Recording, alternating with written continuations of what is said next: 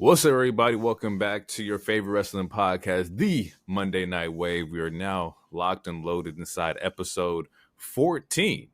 We're now 14 episodes in, man. This is a great trend. We're making great progress. Riding along with The Rock.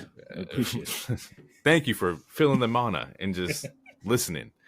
Yeah, we got some stuff to talk about today. I'm your host with the most, Jay. No Uso, no Yeet. And, we're going to pass it off to the one and only Mr. Heroic. Go ahead and take it from here. It's the wild card. It's the king of gorgeous. It's Mr. Sexy Ass Lottery. It is Hero. And before I even go into my bit, can we just talk about, we got some things to talk about, ladies and gentlemen. We got the WWE draft. We got dynasty results. We got maybe even a Tony Khan comment at the NFL Combine. We have so much to talk about. As a matter of fact, we even have a couple special guests. We have, and I didn't tell Loner about this, we have Loner A. Smith. He's here today. We're going to hear some comments from him. He's going to be great. We have Heroic Sharp. He's here. He can't wait to say Skip. And then we got the Bastard Rasta. The hating Jamaican, we got Venti Money Roro, and he's actually gonna bring us in for a bit, and he's gonna do my bit for me. So let me bring him in real quick. Yo, you here? Yeah, man. They here. It's Venti Money Roro, man. Big money, big things, yeah. We here, man. Boom, boom, boom. Talking about ya, man. And he told me to bring you in, so Lona Kingston. I got a question for you, man. What you got, man? What do you want to part about? Yeah, big money. Thank you, Vinty. We'll have him in the drafts later. He'll do the drafts. Oh man, that is fucking amazing. That's great. I love that. Yeah, so we'll get into it. We don't got a lot of news this week, but there are some interesting stories that we can talk about. I did want to talk about there's a semi tie-in because earlier this week I had sent in the group chat that like the FTC was talking about they're not going to do non-competes, right? Yes. They're like, oh, there's not going to do non-competes anymore. Like they're going to get away with those or do away with those in America. The Biden administration, they signed. I don't know when that comes into effect though, but yeah. However, what I found out, because I brought in the group chat, because I was like, oh, this is going to make WWE releases really interesting, right? Because non-competes is kind of what they do. I found out that's not what they do. What WWE does is call you in advance to let you know that you're going to be fired. So they'll call, hypothetically, somebody and be like, hey, you're getting released. Not today, but 3 months from now. That way you're still on the book. So technically there isn't a non-compete because you're still employed by WWE while you're getting paid. It would be different if they fired them the day of and then told them you can't work for 90 days. It's weird, but that's their loophole around like non-competes, and the fact that they don't do non-competes is that like you get fired ahead of time. We just let you know today that you're gonna be fired in April or fucking July or some shit like that. I found that very interesting. Yeah, no, that's interesting. I mean, it's cool that people still get paid. The argument could go both ways, where it's like, oh, so for like Cameron Grimes and Jinder, they wouldn't be able to be booked until I want to say like July 22nd. I think that's 90 days ish from now. Yeah. So you can argue like, oh well, they're not working, blah blah blah, but they're also still getting paid. So that's the counter argument. And also with the FTC and the compete clauses, that doesn't that's all sports too, which is cool. Yeah. So yeah, it's NFL, it's MLB, it's anything sports related. So it's not just the wrestling business that's going to change, but that's all sports. It's more world business too, because it's kind of like we're looking at it from like the wrestling sports angle and sports world and shit like that. But it's like there's construction jobs where like you can't go work for the rival. Now you got away with that, so now people are going to be able to work more. Not going too far on the tangent, but yes, it is very interesting to see non-competes kind of be done away with. Oh yeah, you can drop that green apron and go to Dutch Bros immediately, baby. Immediately. What? You don't like Dutch Bros? Throw them in Black Rock immediately. Mm-hmm. Yeah. As far as other news stories, we do have there was a Dominic Mysterio injury. So Dom injured what believes to be like you said, like his elbow or shoulder. Yeah. So he showed up in Raw in his sling, which we had no news of or anything during it. And I mean, when we talk about Raw, we'll even talk about it because yeah, he had to get replaced in a match. And then after Raw, there was Meltzer or someone reported that he's going to have to get a Tommy John surgery, which, if you're not familiar, that's usually a surgery baseball players get. I think particularly pitchers. Mm-hmm. I'm not super sure. I'm not a huge baseball fan, but after that news came out that he was possibly going to get the surgery, he tweeted, "There's no surgery for this guy. Let's fucking go. I'm here to stay." So Dominic is here. He'll probably still be in a sling, but he's going to be an on-screen character, which, based off of what we saw on Raw for a snippet, that will hopefully play into some other stuff, which we'll get into. Mm-hmm. But yeah, Yep. it seems like he's going to at least still be on screen, which yeah, that's a good thing because that's a good thing because they're already lost Rhea. So Right. the fact that he's able to still be around, they can still build off the storylines with the possible ending of Judgment Day. Maybe something with Liv. We'll get into it, but the stories can keep going, which is good. I like that. Yeah. What else we got in here? If we're as far as the other injuries go, apparently Jimmy Uso has an injury, and there's no timetable or foreseeable future of when he will return. But they also didn't list the injury, and True. I'm like my mantra is it's always a work until it's not a work. That doesn't mean just say everything is fake, but until we get more information, I'm going to keep this. I'd say take this with a grain of salt. It could be a work. But they Especially also with the way he got written off, or not written off, but like the last time we seen him was him getting like destroyed. yeah, and a lot of the times when we see people get destroyed like that, it is because they do have a legit injury and they need to be off of TV for a while. So, I don't know. I just say let's just take it day to day until we get like why or what it is. I would just say let's just take it. We might see him at France. We'll see. We'll know. He might be in France. Yeah. So we'll see. And then I think that two other things. We have another pregnancy announcement. Valhalla, who we haven't seen, I want to say like 2-3 weeks, announced that her and Eric, the Viking, are expecting their second child, which would explain why we haven't seen her in a couple weeks. So shout out to them. Well, let me shout out to the baby. She's racist. I don't know about him, but shout out to the baby. The baby has no. Yeah. No qualms in this world. The baby had no. I ain't got no beef with that baby yet. But no, seriously, shout out to them.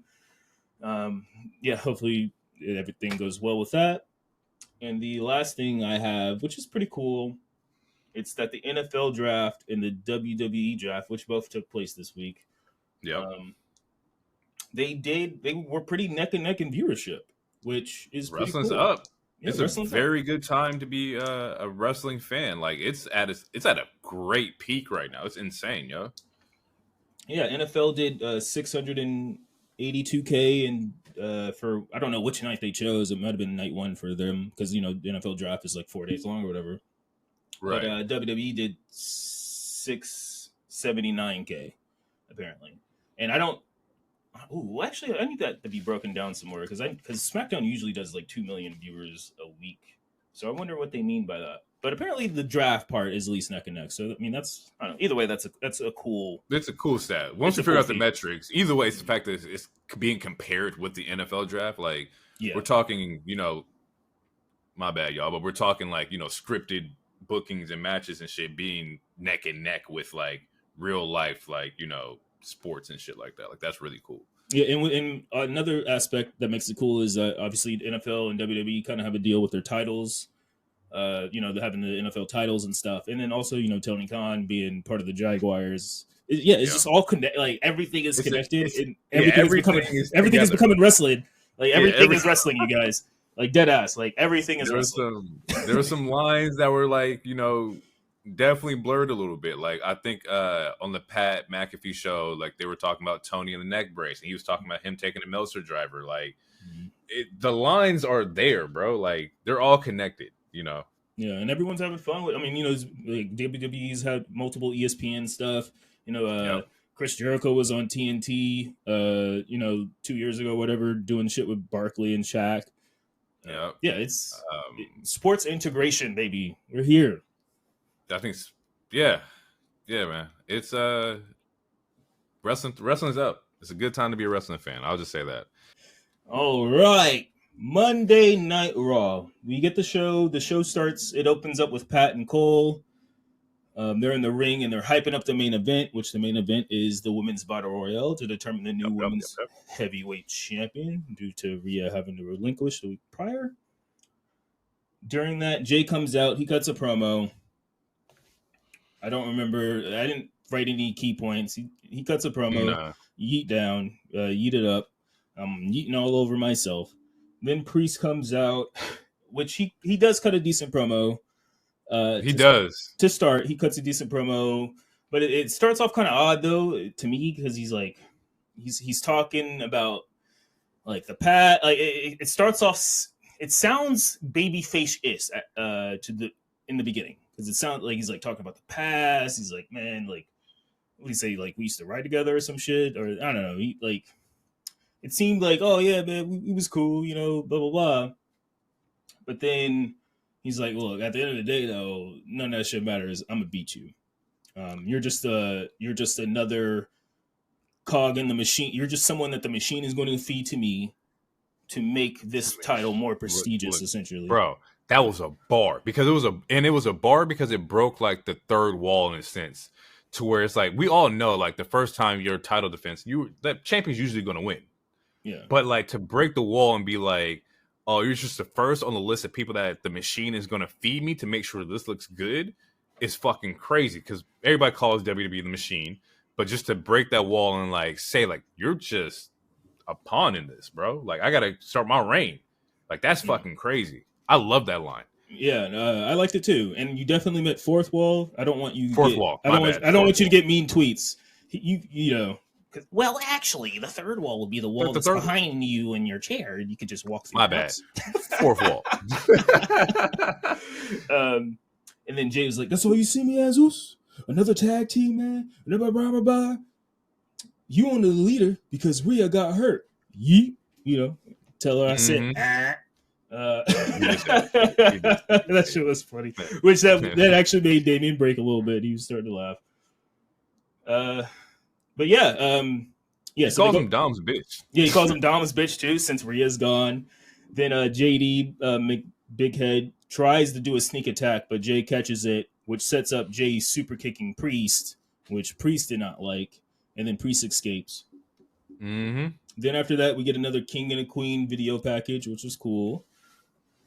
And it's giving they're essentially announcing more importance to it, which we see throughout the entire show because there's going to be certain characters that declare that they're going to be in that, and yeah, we'll get into that thing.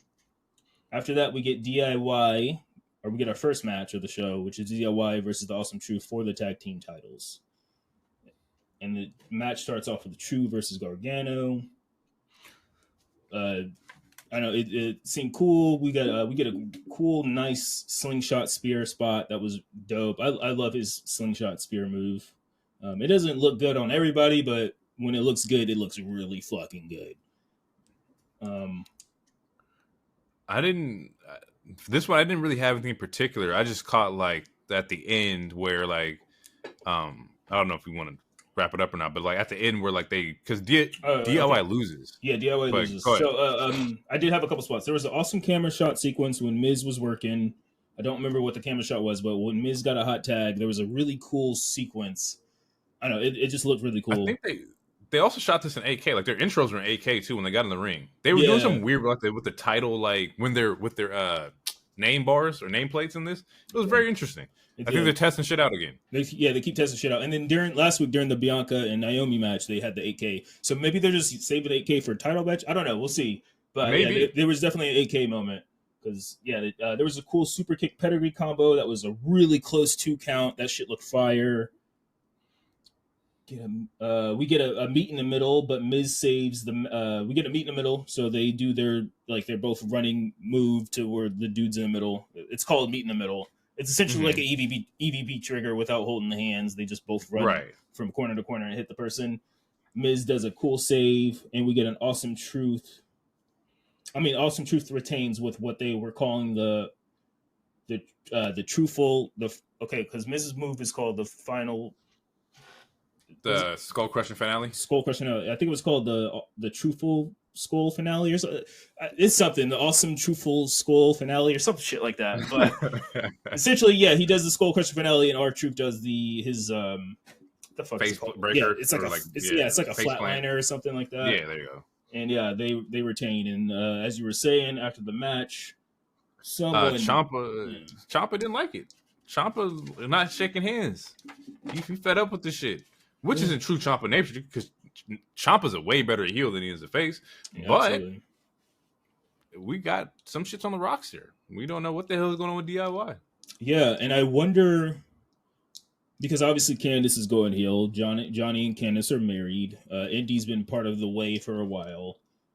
Tommaso was never part of the way, but it seems like he didn't want to shake hands. He was really upset. And then there's a background WWE.com video or whatever when they're talking in the back, and he seemed more upset also. But maybe all of the way is going to go heel. We'll see. Maybe Johnny Johnny as a heel would be interesting. I never seen Johnny as a heel. The way when they formed the way, they were a heel, but it was like a goofy heel, but they still got shit done. So there's like gotcha. they were funny, like Johnny and Candice and Indy and Silent Dude. Can't remember his Dexter Lumis. Like they were. Well, I know when Dexter Lumis joined, that's when they became face again. But in Austin Theory, but yeah, they were heels, but they were like goofy heels, but they weren't goofy heels to where they were jobbers. Like they actually got shit done, but they were like funny. Gotcha. So it's a possibility. I don't know. It's something to it's something to keep your eye on because if Candice is going heel, Indy is semi heel now based off the match from last week. Doesn't seem like it's fully committed yet. And then with the way Ciampa is, and we all know Ciampa for the most part, we could get all of them heel, or maybe Indy and Johnny are the only ones that aren't full. Like I'm not ready to go for the kill yet, type of thing. We'll see. Right. Maybe we get the way. I mean. Yeah. It'll be a new version on the way because Theory's not Theory's doing his own thing, but it's interesting. It's something to keep our eye on. So after that match, we get a backstage thing. Priest is yelling at JD McBobblehead. And he's like, dude, why do you keep doing shit without talking? Dom shows up, and this is when he shows up in his sling, which we talked about early in the show. So, and at this Priest point, like, what the hell happened to you? Yeah, what the fuck? And at this point, as the audience, we have no idea what's going on, and nothing's been reported on Twitter, nothing like that. Yeah, Dom shows up in his sling, and he's like, "I'm sorry." And also, Finn Balor's not on the show, which explains why Dom has Santos fill his spot for this match. I was wondering about that. Yeah, because it was really random, and then also they never mentioned where Finn was or anything, whether it was the announcers or Judgment Day. No one said where Finn was. It's just obviously Finn was not on television. And something that we could have put on the news docket over the weekend. Finn signed a multi-year deal. Yeah, he re-signed. So big bag. Yeah, get it, Finn.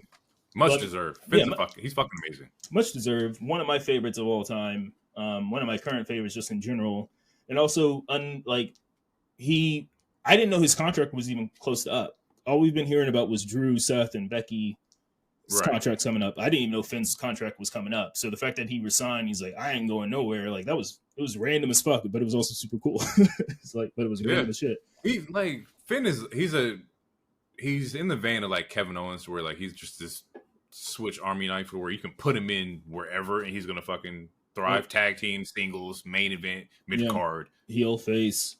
It's like you can't let people like that go. It's in the same vein as like Miz, to where Miz can be everywhere. Like Bobby, these are great fucking superstars, but Finn's definitely at the top. He's like top of the top, talent. I'd take Bobby's name out. That nigga can't speak. What?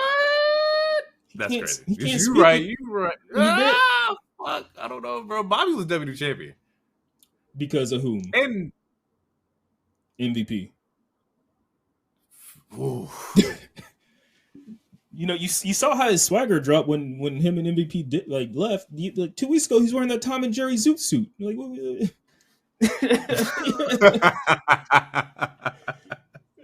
Okay.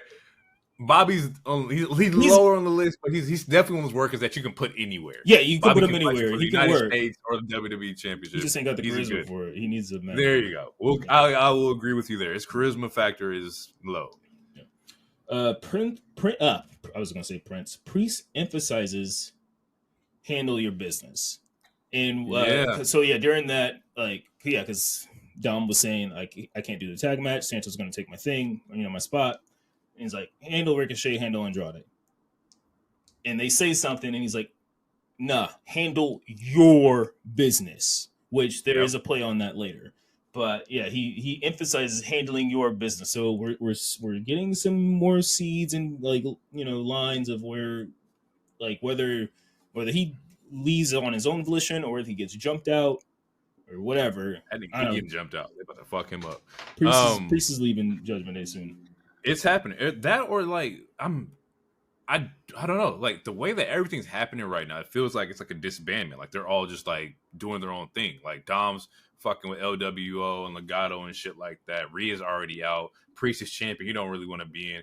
And then JD, I don't know if it was like this show or maybe something that was online to where he's like, I'm tired of being like, just in this loop of getting fucked up or something like that sense of where he feels like his value is. It was a tweet. Yeah. So like we don't know. Yeah. Is Judgment Day breaking up? I think so. I have some thoughts too when we get to or I don't know if it happens here. No, yeah, keep talking. All right. So yeah, we'll go. So after that, Gunther comes out. He says he pretty much says I'm the greatest of all time in his IC division. The weight of being the champion, the weight of being the hunted is over. Now I get to be the hunter. Essentially he thanks Sami Zayn. He does take responsibility for losing. But he also at the same time he's like, man, I thank you. Like I've done all I could in this division technically. It was bound to happen at some point, I suppose. But now it's similar to what Cody said the other week either. Also he's like, but it's vice versa. So it's like, look, for the longest time, for 660 days, I was being hunted. Now I am the hunter. I get to do whatever the fuck I want. And you got to watch out for me, essentially. And that sets, and then he declares himself for King of the Ring. And then while he's declaring himself for King of the Ring, which I don't know if this is a new attribute or a new stipulation with the thing, or I want to say there was something. Because I saw a tweet saying in the old days, King of the Ring meant like you can get a championship match. I don't know. I just remember ever since I was watching, I don't necessarily remember that happening. But wait, you can get a what? Say that again. It sounded like it based off a tweet I saw. It sounded like the old King of the Ring rules, and I need to fact check. So I don't know, and so this is just me reading someone's tweet. But it seemed like in the old days, King of the Ring meant like you had a championship opportunity or something like that, similar to like a Royal Rumble or something. But I'm not fully sure. But based off of what Gunther said tonight, on Raw, that is what it's giving. Because he says, after I win King of the Ring, I'm going to challenge any champion I want, or something. He says something on those lines. So I think that might be the new reward. I'm not sure. I have no idea. But based off of what Gunther said, when he wins the shit, he's going after Cody or Dame Damian. Seems like. So, from what it seems like traditionally the winner of King of the Ring does get a shot at the championship title at SummerSlam. This became a thing in 2002. But the thing is, King of the Ring hasn't been around for that long, but back then it was a thing, right? Yeah. So, it was a thing for until like 4 years later, and then it just stopped. So, yes, the King of the Ring winner usually gets a shot at something in SummerSlam. Does it say when it stopped? Like, did it stop in the early 2000s? Because I remember, because Kurt Angle won King of the Ring. Yeah. Okay. Huh. Word. Well, so yeah, SummerSlam is in August. Okay. So let's say they keep that, but they change it to where it's not SummerSlam. It could be any time. We've talked about it multiple times. There's the battle in Belfast, or there's that Germany pay-per-view in September or whatever. Right. So, again, we hypothesize like Gunther's going to be doing something in that Germany show. So maybe he gets a championship match. This is only 4 Assuming teams he, went on the challenge for the championship at SummerSlam. Owen Hart, Mabel, Kurt Angle, and Brock Lesnar are the only ones that have went after a title. okay, so then that stopped early because Brock Lesnar won King of the Ring. Like I want to say his first year being in the company, Right. But ever since then, we had like Booker T, we had Xavier. Yeah, it's been on and off. Yeah, it's been. I like it. If we bring it back, King of the Ring, let's make it something. Let's make it to where there's stakes involved. Other than just changing a character and acting like a king. Exactly. Yeah. Let's put some shit on it. Yeah. I like it. A championship match makes sense. Whether it's in like even if they wanted to at SummerSlam, that's summertime mania. Let's pop it off, yo. Yeah, that is like the revert, like it's similar to the Royal Rumble with Mania. Yeah, I like that. Bring that shit back. Let's rock. I like it because like now there's based on who enters, there's some stakes with these individuals. Yeah, and like based off of who we know has entered thus far, it's high stakes with these motherfuckers. Yeah, like these are some solid dogs. After bankers after bankers. Like, let's cook this shit up. Yeah, I like it. Let's rock with that. Hopefully that's the case. We won't know until like officially, but I want them to run it like that. Even if they tweak it, it doesn't have to be something. Even if they tweak it, if it's just a championship match, like it doesn't have to be like Money in the Bank anytime you want. Maybe like there's like okay, you can get a championship match. You have to claim it in 2 months or something. I don't know. Like it doesn't have to be separate. As long as I want some stakes other than just wearing a crown and changing your accent and being a king asshole or whatever. I'm fine. Ooh, no, fuck. I love our tangents. And I hate our tangents, but I love our tangents because like let's say hypothetically let's say it is at SummerSlam. Let's say lock it in. You got to not cash it in, but you get to face the champion at SummerSlam. You didn't have Money in the Bank in July, I believe. And typically what they would normally do is that somebody from Money in the Bank would challenge for the opposite title. Fine. That's simple.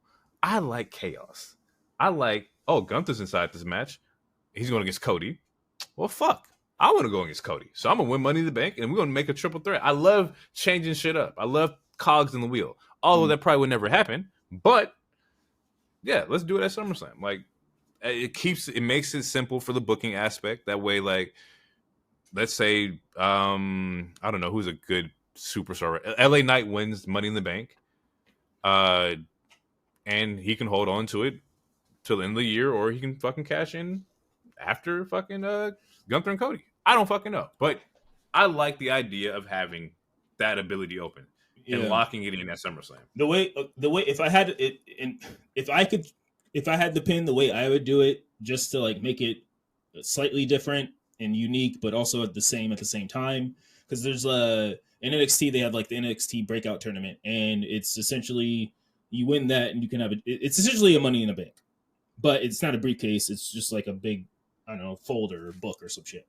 The way I would do it, King of the Ring. The way Money in the Bank is for the main title usually, except for the Austin Theory shit. How it's usually for the main card title, I'd make King and Queen of the Ring. Well, not Queen, but I'd make King of the Ring for like the mid card. You get a guaranteed shot for the mid card. You can cash it in anytime you want. That way there's a difference so that you don't like, because if it's for the main title, then you essentially, that means you have 2 Money in the Banks, but it's just named differently. So to differentiate it, I would be like, King of the Ring, you get a chance at Intercontinental or US anytime you want. Similar to the way Money in the Bank is for any main card.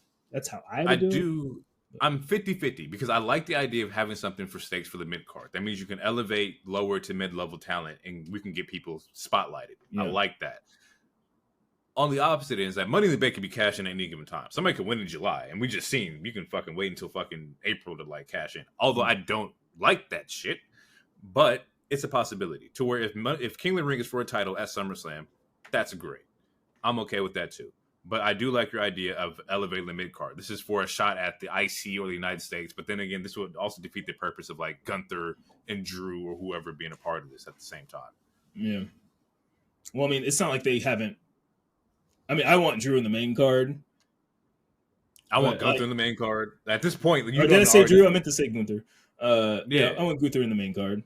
Of course. Like, but I don't want him to lose again. So if that was like if they did it my way, then yeah, I wouldn't want him to be in it because then he would have to lose because I don't want him. I don't want him in the mid card. I want him to fucking Yeah. Exactly. I think this is a good spot to like create new people to put in like the main title area, which is what they need. Like we've been asking for Gunther to be up there. This is his way to get in that world. Yeah, well, this sets up like Imperium versus New Day. Yeah, the New Day comes out. Uh, Essentially they remind the world why they're good on the mic because they were killing on the mic. yeah, that's They what were they do. great. They were making fun of Gunther. Where's your what did they say? Where's your belt at, or where's your title at? They made a whole song, which there is an extended version. I haven't listened to it yet, but they made a whole song essentially of where's your title at, and that sets up another match between. Okay, so essentially, yeah, Xavier is like, I'm putting myself in this match because I'm a former King of the Ring, so Fair. yeah, which makes sense. And instead of all this talking, let's fight. And then Gunther's like, you can fight Imperium, and what was funny because I've seen online discourse too, but I didn't see anyone comment on what Xavier said. It's always just negative shit online, of course, obviously. But like, even Xavier is like, nah, bro, we already fought them. We fought them 1,000 Yeah, times. I was trying to fight I you. want to Like, fight them. yeah, it's like we already. I'm tired of fighting them. Like we had the blow off match, yeah, like a month and a half ago, 2 months ago in that street fight. Yeah, I'm not trying to fight these. Like we just fought them, but anyway, we get that tag match. It was still a good match because they're two good ass teams. And if you're great wrestlers, it doesn't matter how many times you fight each other. The match is going to be different. Like KO and Sammy fought 1 billion times already on the main card, and each match was fucking different, and each match was fucking fire. Just shit like that. But yeah, so we get good tag team match. I didn't write down any spots. It wasn't the longest match ever, but New Day wins, and Gunther is very upset, and it looks like he's abandoning. It looks like he's leaving the team. It looks like he's like, fuck both of y'all. You know what? Everything I said in my promo, everything I said in the promo before is, I'm leaving y'all. But I would agree, but he gives him a look. There's a slight look he gives Ludwig. Yeah, which after that, Ludwig attacks Giovanni, and like you could tell. I mean, if you've been watching wrestling, you could tell. It's like, yeah, man, they look super sympathetic. Like, look, man, you tried your best, you got it, man. We good. It looks like the attack is going to happen in a ring, but they even leave the ring. So where it makes you think, it ain't gonna happen. And then Ludwig slams him into the LED board and starts beating the shit out of him. Yep.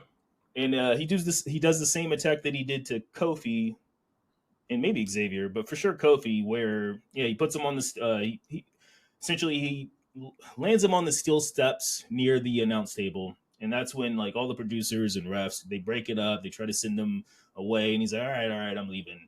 And when he gets close to the ramp, he kind of jukes them, acts like he's going to go right, but sprints all the way left, all the way, runs, and then fucking drop kicks. Whether it's either an arm spot or it's a head spot, I can't really tell, but I think it's an arm spot. He drop kicks the stairs or whatever to injure the Giovanni even more. So, yeah, I thought it was very well done. This was really solid. At first I thought like, oh, they're breaking up. Maybe one of them's getting drafted somewhere else, which is still a possibility. But yeah, I don't know what to expect. I don't know if Giovanni just gets ridden off this way. He's on Smackdown or something, or I don't know if there's a story here. I'm in limbo, but I'm entertained and I'm watching. Yeah. And then after that, Ludwig walks all the way to the back, and Gorilla and Gunther's still there, and Ludwig says, "I told you I get the job done." So essentially Gunther put the hit out. The way I would do it, based off what you just said, honestly, I would just, because Ludwig and Stratton are dating, and we talked about this before, they're more than likely going to be on the same show. I don't know. I mean, we still have a couple days, so all this is speculation. I don't know if she's going to stay on Raw stay on SmackDown or get drafted Raw, but I'm assuming they're going to be on the same shows. And then since Gunther and Ludwig are still good, maybe they'll be on the same show, but you could also just split them up. I also think that they've been drafting, spoiler, but they've been drafting teams and groups. Yeah, teams like have Bloodline got drafted. Yeah. So I think Imperium itself would be drafted to SmackDown. That would be fine. Would make sense. Yeah, that would be fine. And they just that sets up Cody Gunther. That sets up Ludwig with Stratton. I think that's how they're going to handle this. Oh, there's a gnat. Hold on. Oh, girl. Oh, never mind. All right, I'm gonna get that motherfucker though. Drew comes out. He cuts a good promo. They keep trying to say what, and he's like, "Say what if you French kiss your cousin?" They say what. He's really good at controlling the crowd. You guys are sick. You guys are sick. You guys are sick. He also declares for King of the Ring, so that's the third person tonight. Yep. Then all of a sudden, Sheamus comes out. He has his old music. It was the music he had before I was watching, but it's actually a banger. I like it. He comes out and he's like, essentially, he's asking, "Why are you bitching, lad? Like, you know, like you lost, my nigga. Like you lost because you were doing some freaky shit on the table, twerking in front of CM Punk, like rubbing the fucking win in front of him, and you got your ass kicked." So you got beat by one armed CM Punk. Yeah, it's tough. Yeah, Sheamus comes out and essentially humbles him, and then just like a toxic asshole, instead of like taking the constructive criticism from your friend, he goes for the body shaming. He's like, you know, like instead of banger after banger, it looks like you've had burger after burger after burger, which was a good joke. That was great. It was a good dude joke. Is good. He's good, yo. But it's a bullshit. You know, you can't body shame your nigga. Since you've been injured, man, it looks like burger after burger, and I'm like, damn. And it even broke Sheamus, and he it did. Yeah, he's like, man, you're really good at these one liners. Like you're actually like you stepped your shit up. But he barred him up even more. He's like, I can lose the weight, but you can't lose stupid. And that's that's even a better bar to be. Like, man, I can lose this weight. Like we know what he looked like for many years. He had a workout channel. He can lose this weight. He's still, yeah, but you can't lose being a hating ass bitch. For sure. By SummerSlam, Money in the Bank, maybe Sheamus is gonna be back in shape. He's gonna be straight. Yeah, easy. And even if he's not, I'm fine. Like if like because essentially he, you know, obviously he had the neck injury, so he couldn't work out the way he would usually work out. Right. And apparently, I don't know how truthful it is, he got called up. Not sooner. I mean, obviously he's cleared because he's been wrestling, but he got called up maybe sooner than he was anticipating as far as like trying to get his body into shape. Mm-hmm. So, you know, that's why he's thickness right now.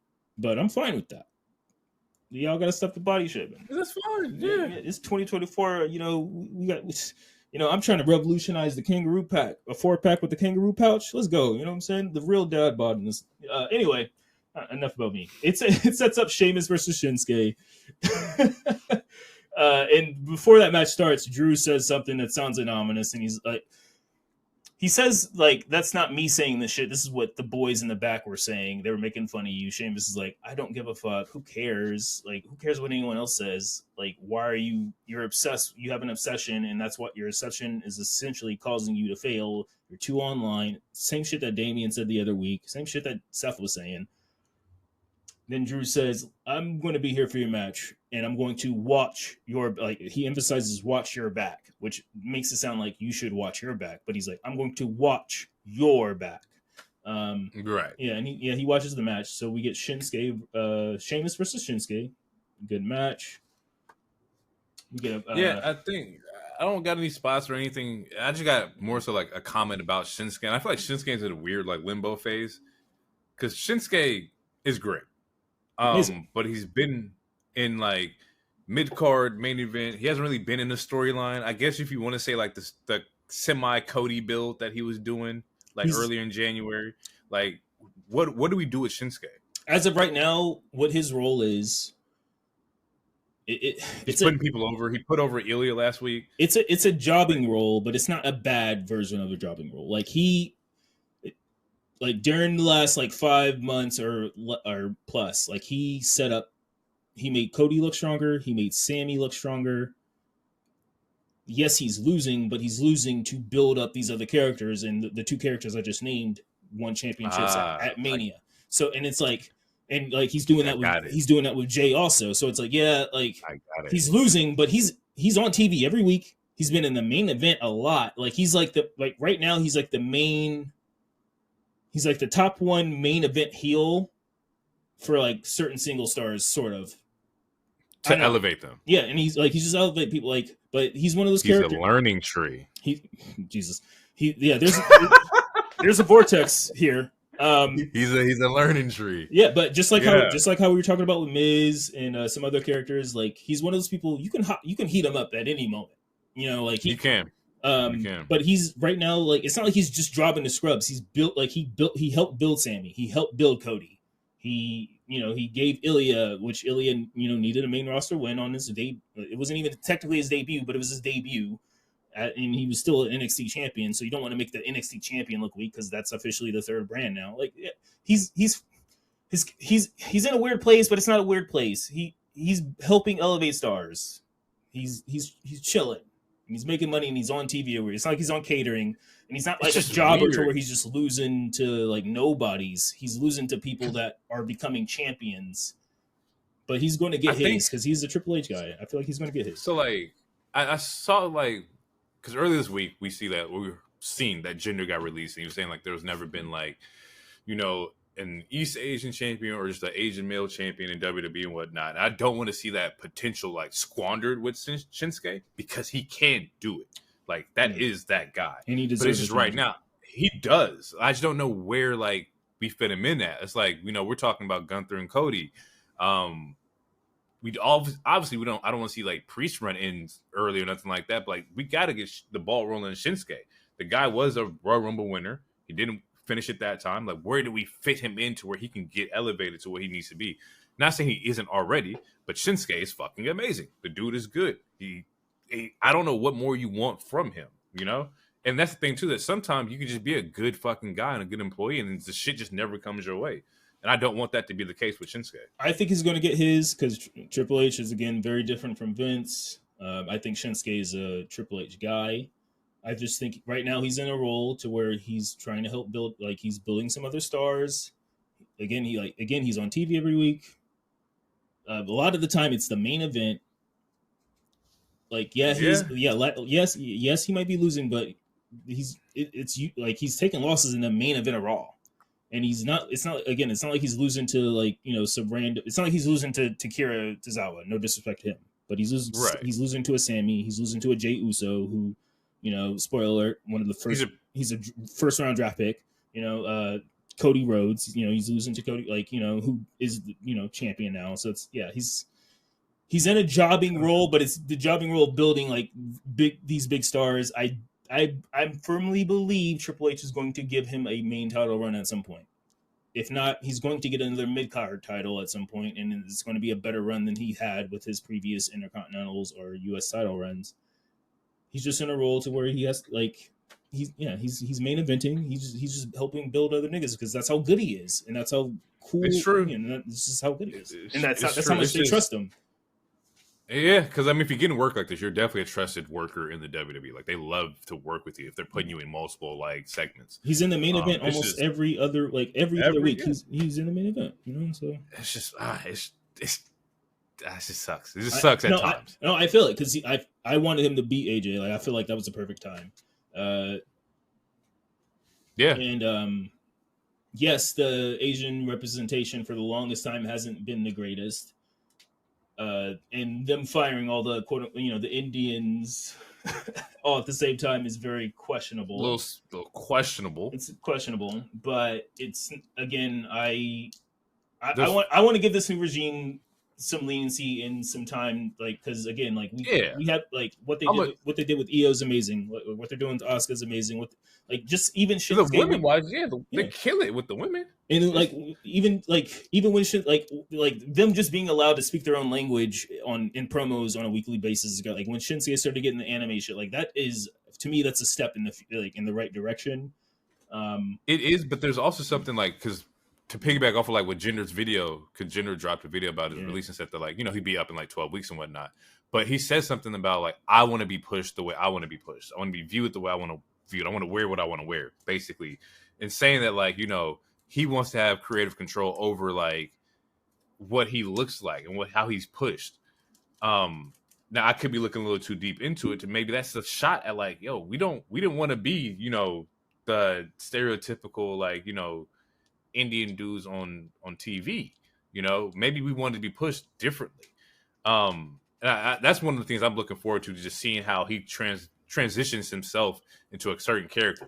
This part of like getting released is also one of my favorite times. Not to say somebody, I don't want anybody to lose their job, but I want to see what you got. Let me see what you rebuild. Yeah, let me see what you can do. We seen it with Drew. Drew left skinny, came back a fucking monster. Cody went out and became a nightmare. Like, I love seeing these wrestlers created a whole other company. You see what I'm saying? Cardona is the biggest indie wrestler of all time right now. Like, Cardona is solid. And Jinder already trademarked a new name for his new thing. I don't remember what it is, but it's like Raj.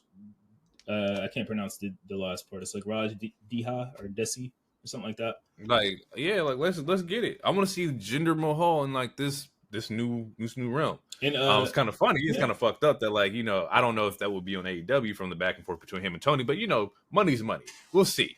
Anything's fucking possible. I mean, hopefully TNA. You know, TNA might fit a little bit better. That actually might work a little bit. Just because, previous beef. And also, they're not going to make you sign like a 5-year or something. So it's like he can. Right. So you can still be open to whatever. But to comment on, like, not saying that what Jinder or Sangha, because Sangha said some stuff earlier when he got released too. Not to say that their feelings are invalid, because they're not. And like, you're right. They didn't want to be used, bro. Like, they was getting used for like the views for India and stuff like that. Like, that's not cool. Right. I mean, they were to a degree, because they were getting pushes too. Like, Jinder, honestly, if you look at his career, like, if you look at him as a character, and just like, he's not the greatest in the ring. He's not the greatest on the mic. But he overachieved. To me, like, he had a long ass title reign. The fact that he even won the title off of Randy Orton is fucking what? Like, it's not like he wasn't. They didn't, like, the last couple years weren't the greatest, but it's not like he was chopped liver either. Right, like, he wasn't like bottom of it. He wasn't Veer. Like, he wasn't one of them. Yeah, you know? he beat Shinsuke, like, you know, to retain the title. Like, he had a long ass title run. Like he got opportunities, though, like, bro. We're talking like he was just beefing with the World Heavyweight Champion, had a spot segment with The Rock, and he's released 3 months later. Like, that's insane to me, bro. That doesn't seem right. You know, that's weird, yo. Yeah, and you don't trust somebody like that and then let them go 3 months. No, I mean, no, you shouldn't. You know, and we can talk about Cameron Grimes, because Cameron Grimes even mentioned, like, he in his interview, he talked about, like, he even went to a person and he's like, yo, I'm worried about getting released because I'm making a certain amount of money, but I'm not on TV. And that person said, no, you'll be fine. And like 3 days later, he's released. And then it came out that, like, you know, these are cuts approved by Triple H. It's a hard job. Yeah. I get that. I mean, a lot of these people will come back. Absolutely. A lot of these people are going to come back even better. But it's funny because even in like the Cameron Grimes interview, he was like, he said distinctively, you're either a Vince guy or you're a Triple H guy. Right. Because I thought I was a Triple H guy. He is to even see that a Triple H guy got released, it's like, shit, anybody can go, nigga. Like, it's a possibility. Because I heard like Cameron Grimes was over. I heard like he was killing NXT. Oh, like, no, he was over as fuck. Him and LA Knight had such, like, I love Cameron Grimes. I love Cameron.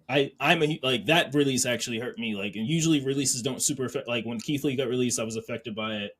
But usually, like, there's certain people where it's like, you know, I know it's a business, and I know it's a corporation, even though I do have attachment to these characters, and they are real, actual human beings. There's a part where we have to, like, nix that in the brain a little bit and realize that this is also, like, we all have real life. We all have real jobs, like corporate, like, and some of these people will come back, especially if they don't sign, like for example, long-term deals. Like Malachi would have been back if he didn't sign like a 6-year. Like, there's certain people who would come back, like, you know, so.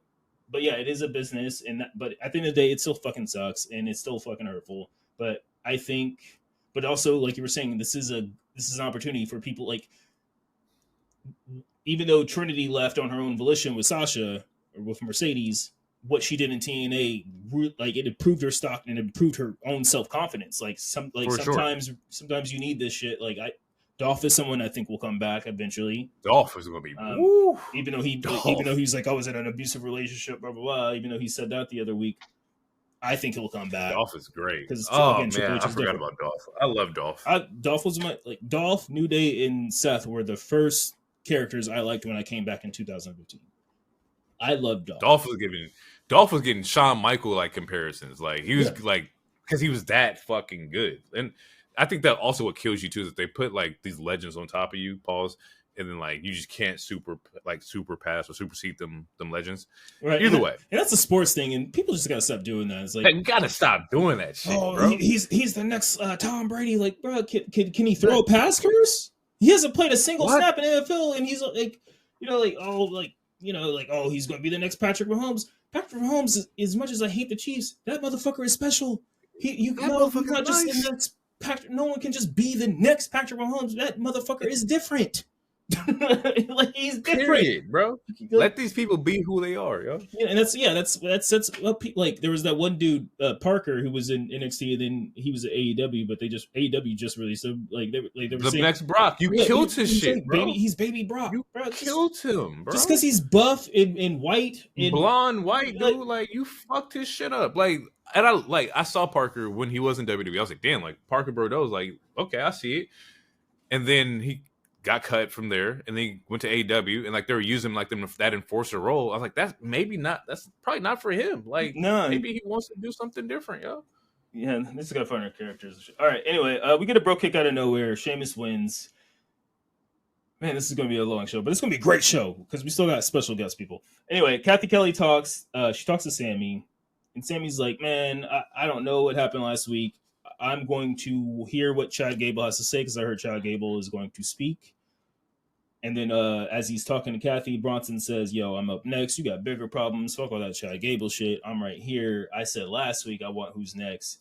And Sammy puts the title on his face. He's like, "Man, anytime, any place. I like, but I'm doing an interview right now." And Bronson's like, "All right, bet." And then he goes back to the interview for a hot second, and then Bronson comes out of nowhere and just what do you call it? A splat? Not a splash because he didn't jump off the rope, but he just runs into the motherfucker, essentially tackles him into the boxes or whatever the hell they are, twice. Just beats the shit out of him.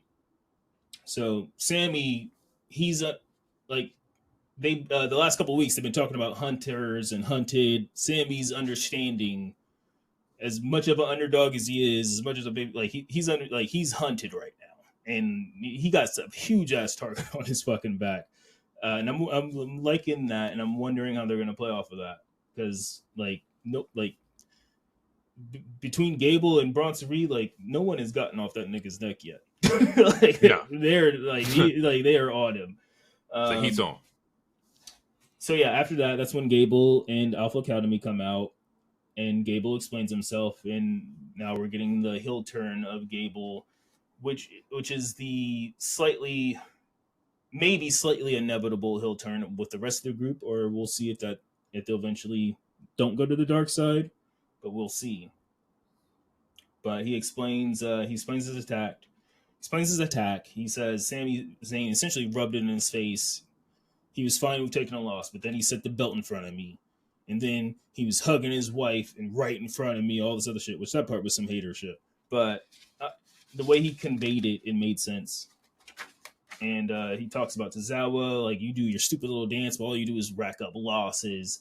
And Maxine, pretty as a princess, but dumb as a box of rocks.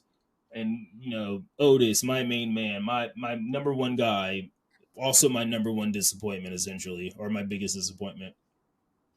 And he's like, but this isn't me, like, dumping on you guys. This is just me saying hard truths. This is tough love. This is why you guys work with me. This is why you guys are training with me in general. I'm done training a bunch of losers, and I need you guys to work up to my level. And what you're going to do is you're going to help me win the IC title for us. Yes. Are you guys going to do that? Yeah. And essentially they all say yes. Yeah. Very Kurt-esque. I know we just talked about not comparing people, but this was very, very much it gave me old heel Kurt. He did a really good job. I remember last week we talked about Gable didn't need the mouthpiece. He is the mouthpiece. You were right. This man, he got it. This man was grilling them the fuck up. And I like it. I like this heel turn of Gable. I think we're in for a very interesting part of his character for sure. Now, there was rumors that Creed Brothers, he's going to work with the Creed Brothers to essentially form, another, Team Angle type thing. So, and if there's any truth to to those rumors and you base it off of the way Otis was reacting, yeah, maybe Otis and Tozawa and Magazine don't fully get involved or fully get on board with the heel turn at some point, Mm-hmm. and then that's when he brings in the Creeds. Because I'm like, again, yeah, I don't like the comparisons, but when it comes to Chad, like Chad versus Chad and the Kurt comparison, it's a really good comparison, and it's not just because they're Olympians and they have medals and all this stuff, but it's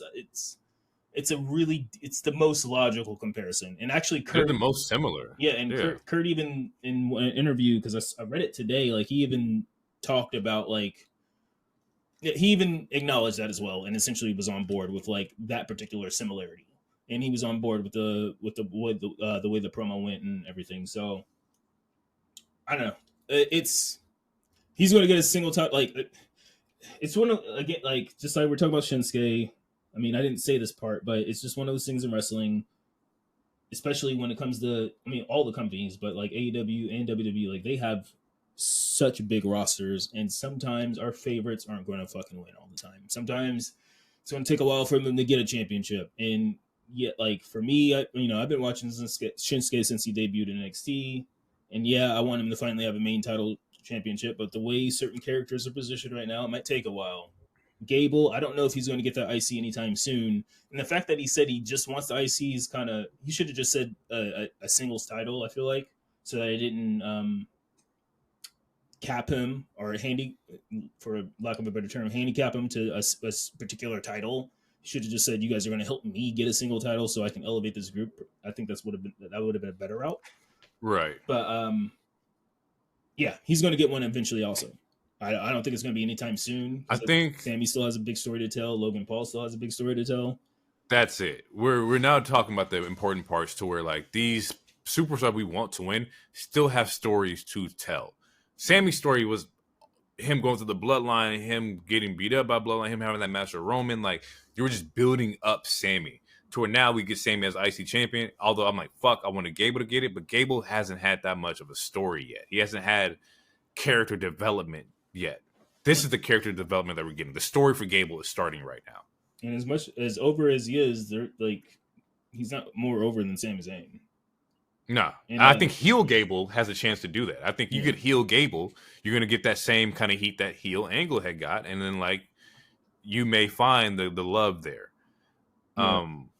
But yeah, it's happening. Yeah, and hopefully he declares for King of the Ring or something. But anyway, let's move on. We've been talking for a minute. Let's see where we at.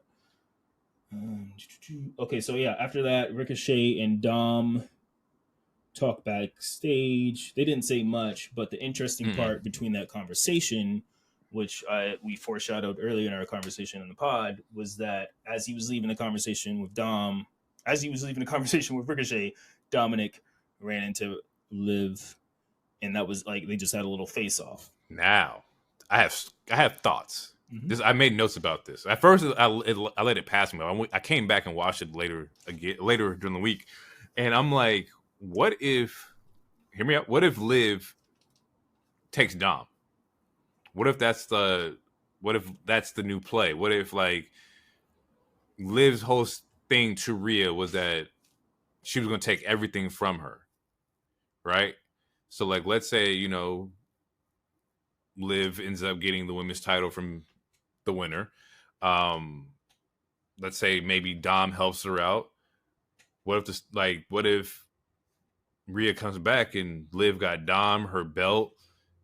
Like that's a good storyline there. Like she took everything from you. You came back and you had nothing. Judgment Day looking like it's on the rocks. What if Judgment Day's disbanded? Like, and you're not the first person to think that, but I think, and I was also getting that vibe, and I think that's the story they're going to tell. We could always get it swerved, but I think you're right. Check out, I'm coughing. Yeah, I think which I think is why people need to be patient because, spoiler alert, Liv doesn't win the main event tonight. But I think, but like I said, I went back. Yeah. The first time I watched it, I was like, "Fuck, why didn't Liv get her shit?" And then I sat with it, and I was like, "Maybe this is the story that they wanna rock with." And I think that's the story, and also prevent like tours in general. There's more than a few stops. Liv has only been here since January, If she's on a full Yeah, revenge tour, she got there's some more stops to go. You know what I'm saying? and realistically, the tours, it's like they're about to go on this European trip. Like you got to have somebody to hold this women's title, and who's a better person to hold it than Becky? Like she's the most established. Spoiler alert: she's the most established like fucking star here. Yeah, you put it on your star. We then get a Nia promo. Nia says she's going to eliminate each woman one by one. It was a very quick promo. We get Andrade. I wrote real quick, serving a face card. Nia Jax. Beautiful lady. They were talking crazy about Nia, which is wild. Like, y'all got to relax.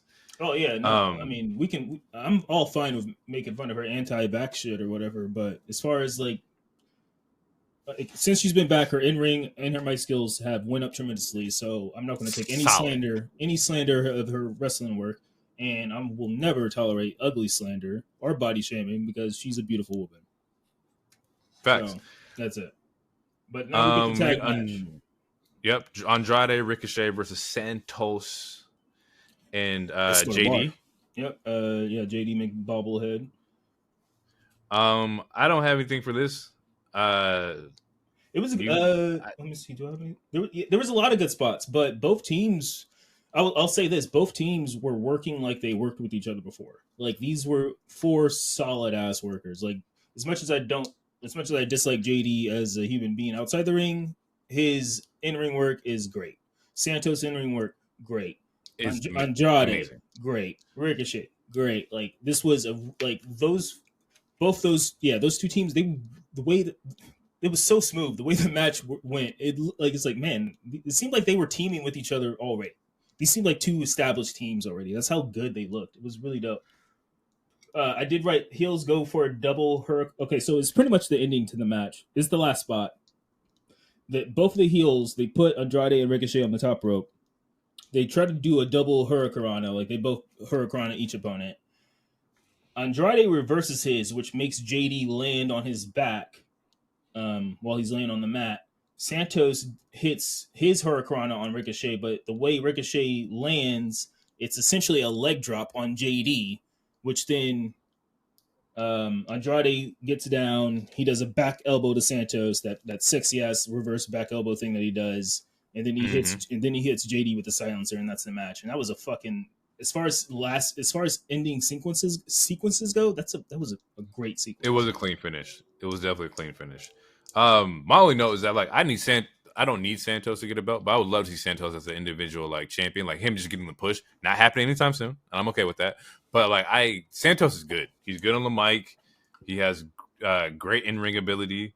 Like he got the gear. Like Santos is a good wrestler. He's a good performer right now. Santos is amazing. He's one of my favorites. He's like the only difference between him and Andrade, really, besides some of the moveset, is that Santos is better speaking at English. Otherwise, his promos are better. Otherwise, they're pretty much on the same level. Like they're 2 great ass like luchador Latino wrestlers. Like it's amazing, and just that and to have them in the same show, like that's a win. That's a win for the company. It is to have multiple people. Yeah, so good show. It is. We then go backstage and Candice and Indy's getting interviewed. Oh wait, real quick. Before that, so at the end of the match, Priest comes out and he attacks. He attacks Ricochet and he attacks Andrade, and then he yells at JD and Dom saying he doesn't need them, they need him. I don't need the Judgment Day. You guys need me. So again, more planning to whether it's ego or not, whether it's just because mommy's not there. It seems like Judgment Day. Crazy. Yeah, it's like I don't need you guys. And it goes back to him emphasizing handle your business, which obviously they didn't. So, but yeah, after that, yeah. All right, go for it. Go. I'm thinking. Do you think we get a Finn Priest match somewhere down the line? I think so. And they had an awesome ass match in NXT a couple years back. It was fucking fire. Yeah, it was throwing it out there. We're gonna see. Candice and Indy get interviewed. Says they don't have to explain their wins, but as they're getting interviewed, it gets interrupted by Nia and Liv just fucking scrapping in the back. Yeah. And as Nia and Liv are fucking scrapping, everybody's watching them. Becky does something really fucking clean, which is like takes the mic from the It was either the interviewer. yeah, it was either Kayla or Jackie. I'm not sure. I Um, think. and does one clean camera shot promo to the ring. Like she's talking as she's like walking towards the ring. Very similar to what Kevin Owens did the previous week. Yeah. And I like her as a spot. I like her spot a lot more than I like Kevin. Not saying Kevin was bad, but I love the way she did it here. Yeah. She stops and sees Maxine and gives her some words of encouragement. Basically telling her this is your first battle royal. She's like, yeah, like don't worry about it. You got this. Go out there and do your best, the whole nine. Mm-hmm. And then as she's heading towards the ring, she tells Triple H to get the camera ready. She's gonna need a new picture, and then kicks off like her interest music. And it's like it's fire. We all know it's fire, bro. We all know Becky is like she's the one. Like, what you gonna do? She's John Cena of the women's division. Like, what you gonna do, bro? Unbeatable. She has the pull. She has the mic skills. Like, that's what it is. What it is. We get the women's battle royal. The only thing that confuses me is that we have tag teams in this battle royal, which I was like, that doesn't make any sense to me. I'm not saying you haven't seen it before, because you've seen in the Rumble where people are teams that are in there and shit like that. But I'm thinking from the aspect of, like, the draft is this week anyway. Why not like just get some people to come in and work the battle royale? Like, because no matter who wins this, they were end up going to be on Raw anyway, and it's draft week, so it works out. Well, I mean, we don't know. I mean, not all these women have been drafted yet, so we don't know what shows they're going to go to. But they originally they needed some talent in this battle royal. Yeah, not saying none. Okay. I'm sorry, but that's the thing. Like before the show started, it made it seem like it was going to be any woman because you and I talked, we thought SmackDown women were probably going to be in it, like Bianca, and like there was I don't remember if it was Wrestling Purist or who, but they posted like all the potential women because it's like supposed to be Xia Li, and then she got released like 3 days before and whatever. But sure. it seemed like it was all Raw women, so I think that's why like they included the tag teams because it was just literally just the Raw roster. It was just anyone on the Raw roster. It just put in perspective to me, like once again, like they're working on the development of the women's like roster, but it's like at this point I realized that I'm looking at the people in this battle royal, and only 3 of them had a legit shot that would have made sense for them to win, and that was Nia, Liv, or Becky. Yeah, and I don't like that possibility of like looking at that and like, damn, I already know one of these 3 is going to win. It's probably going to be, I want to Liv, but it's probably going to be Becky. I would have took Nia and been cool with that. Like if Nia would have won it, I like that because that's a transitional champion. Not saying that in a bad way, but Nia could have held it down for a little bit, and then we'd have been cool.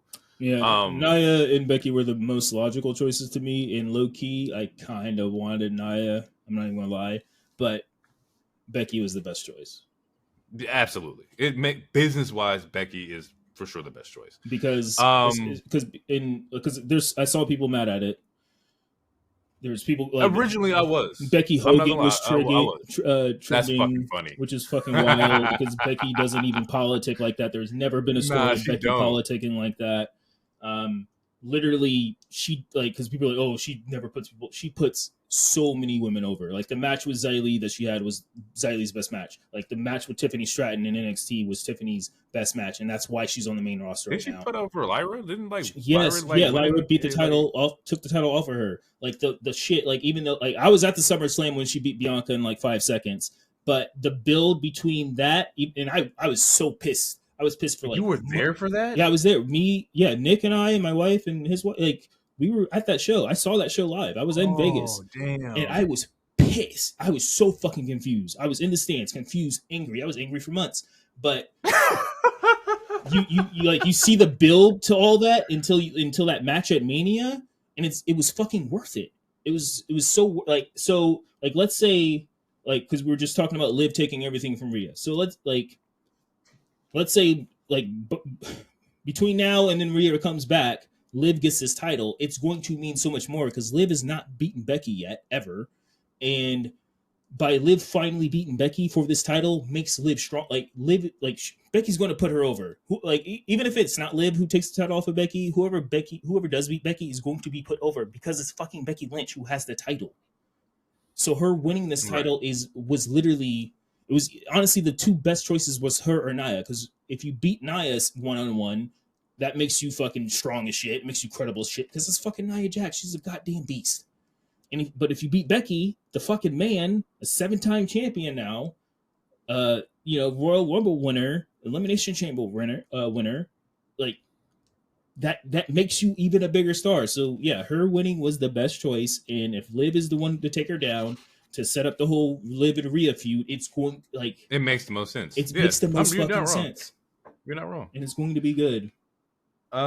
Yeah, my shit was just more so like a lot of these women just had no chance, and I hate that feeling. Like, because a lot of these women do deserve it, but like, damn, they're really bare bones over there.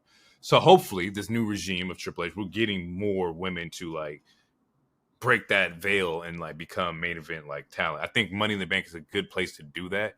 Maybe even before that. As much as I would think that like Tiffany would be your for sure winner for the Money in the Bank, I would love to see somebody else be catapulted into being a star. You know, at But we'll this talk point, about that Tiffany when doesn't we get even to need that. it. Yeah, You we'll don't. talk, yeah, You don't need she's it. over her shit. She's great in the ring. She's great in the mic, and yeah, we'll talk about it on SmackDown. But I mean, she already has an opportunity. So Yeah, like as far as like elimination spots, like Maxine has a couple spots where she eliminates both Candice and Indy. yeah, you see a little edge to her, not heel, but a little edge. She's more she's not confidence. taking no shit. Absolutely, yeah, more confidence. The best spot in the whole EDM match. Oh no, go for it. The EDM girls have some dope spots. Yeah, of course. They're really good at that. It's just once again like I just need character development from EDM girls. Maybe I don't know if that's gear change. I don't know if that's music change. I don't know what it is, but like just more backstage something. Stuff, some more like. But who are these? It's just like story. Who are you? Like what do we know about you? Like I don't know. Just something. Yeah. It's a good showing that like because Nia eliminates Maxine. Like it's a good showing that Maxine was going after the biggest person there. It didn't really work out in her favor, but it is what it is. Nia and Piper go at it for a minute. There's a spot outside where Nia tries to put Becky and Piper through the table, but that shit does not break, and it doesn't. No. It doesn't break until the commercial break, which they show us the replay. But yeah, no, she tries to do it twice, and that table does not fucking break, which was funny. But the best spot of the match was Chelsea Green, which during that whole table shit, all the rest were distracted. Natalya eliminates Chelsea Green, but since none of the refs saw it, she just hops back on the thing and is like, nope, no one saw it, and she gets back in the ring. And I've never seen that before, whether it was a Rumble or any Battle Royale, but that was easily the best spot. Nobody seen this shit? All right, I'm going to slide right back in. Yeah, Chelsea Green's a great talent, too. She also really fucking wrestled. So I can't wait till the day where we get to see her like actually like get in and have maybe like a 7 to like 10 minute match. That's my money in the like, if I had to choose the Money in the Bank, that's good. That's what I'm choosing. Chelsea Green as Money in the Bank would be solid because it'll be funny, and yeah, eventually she can get it. It'd be similar to like Carmella for me. I like where you're going with that. Carmella is just more deranged because Chelsea Green is.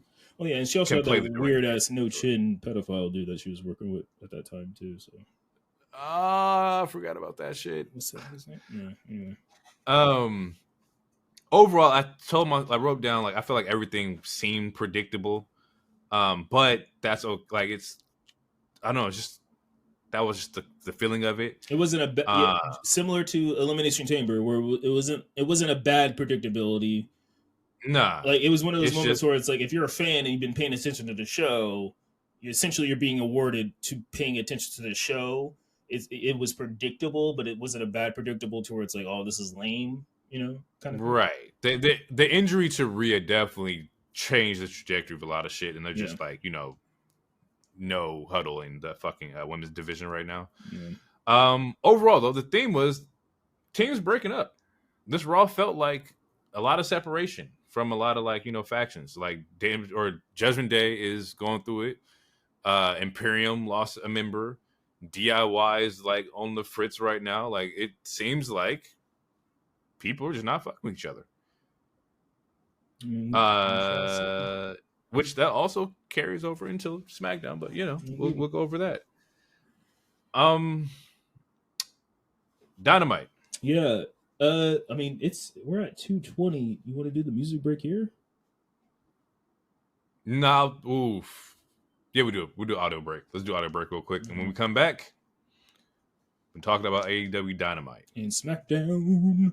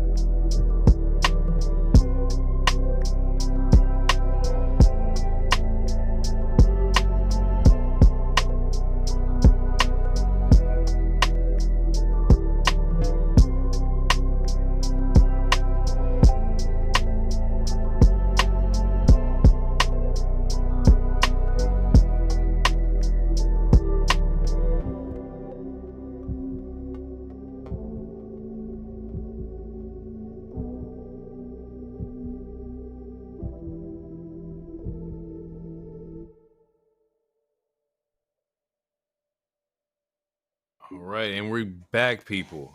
We're gonna dive into Dynamite this week. This is the Dynamite after Dynasty, so a lot of different stuff happened this week.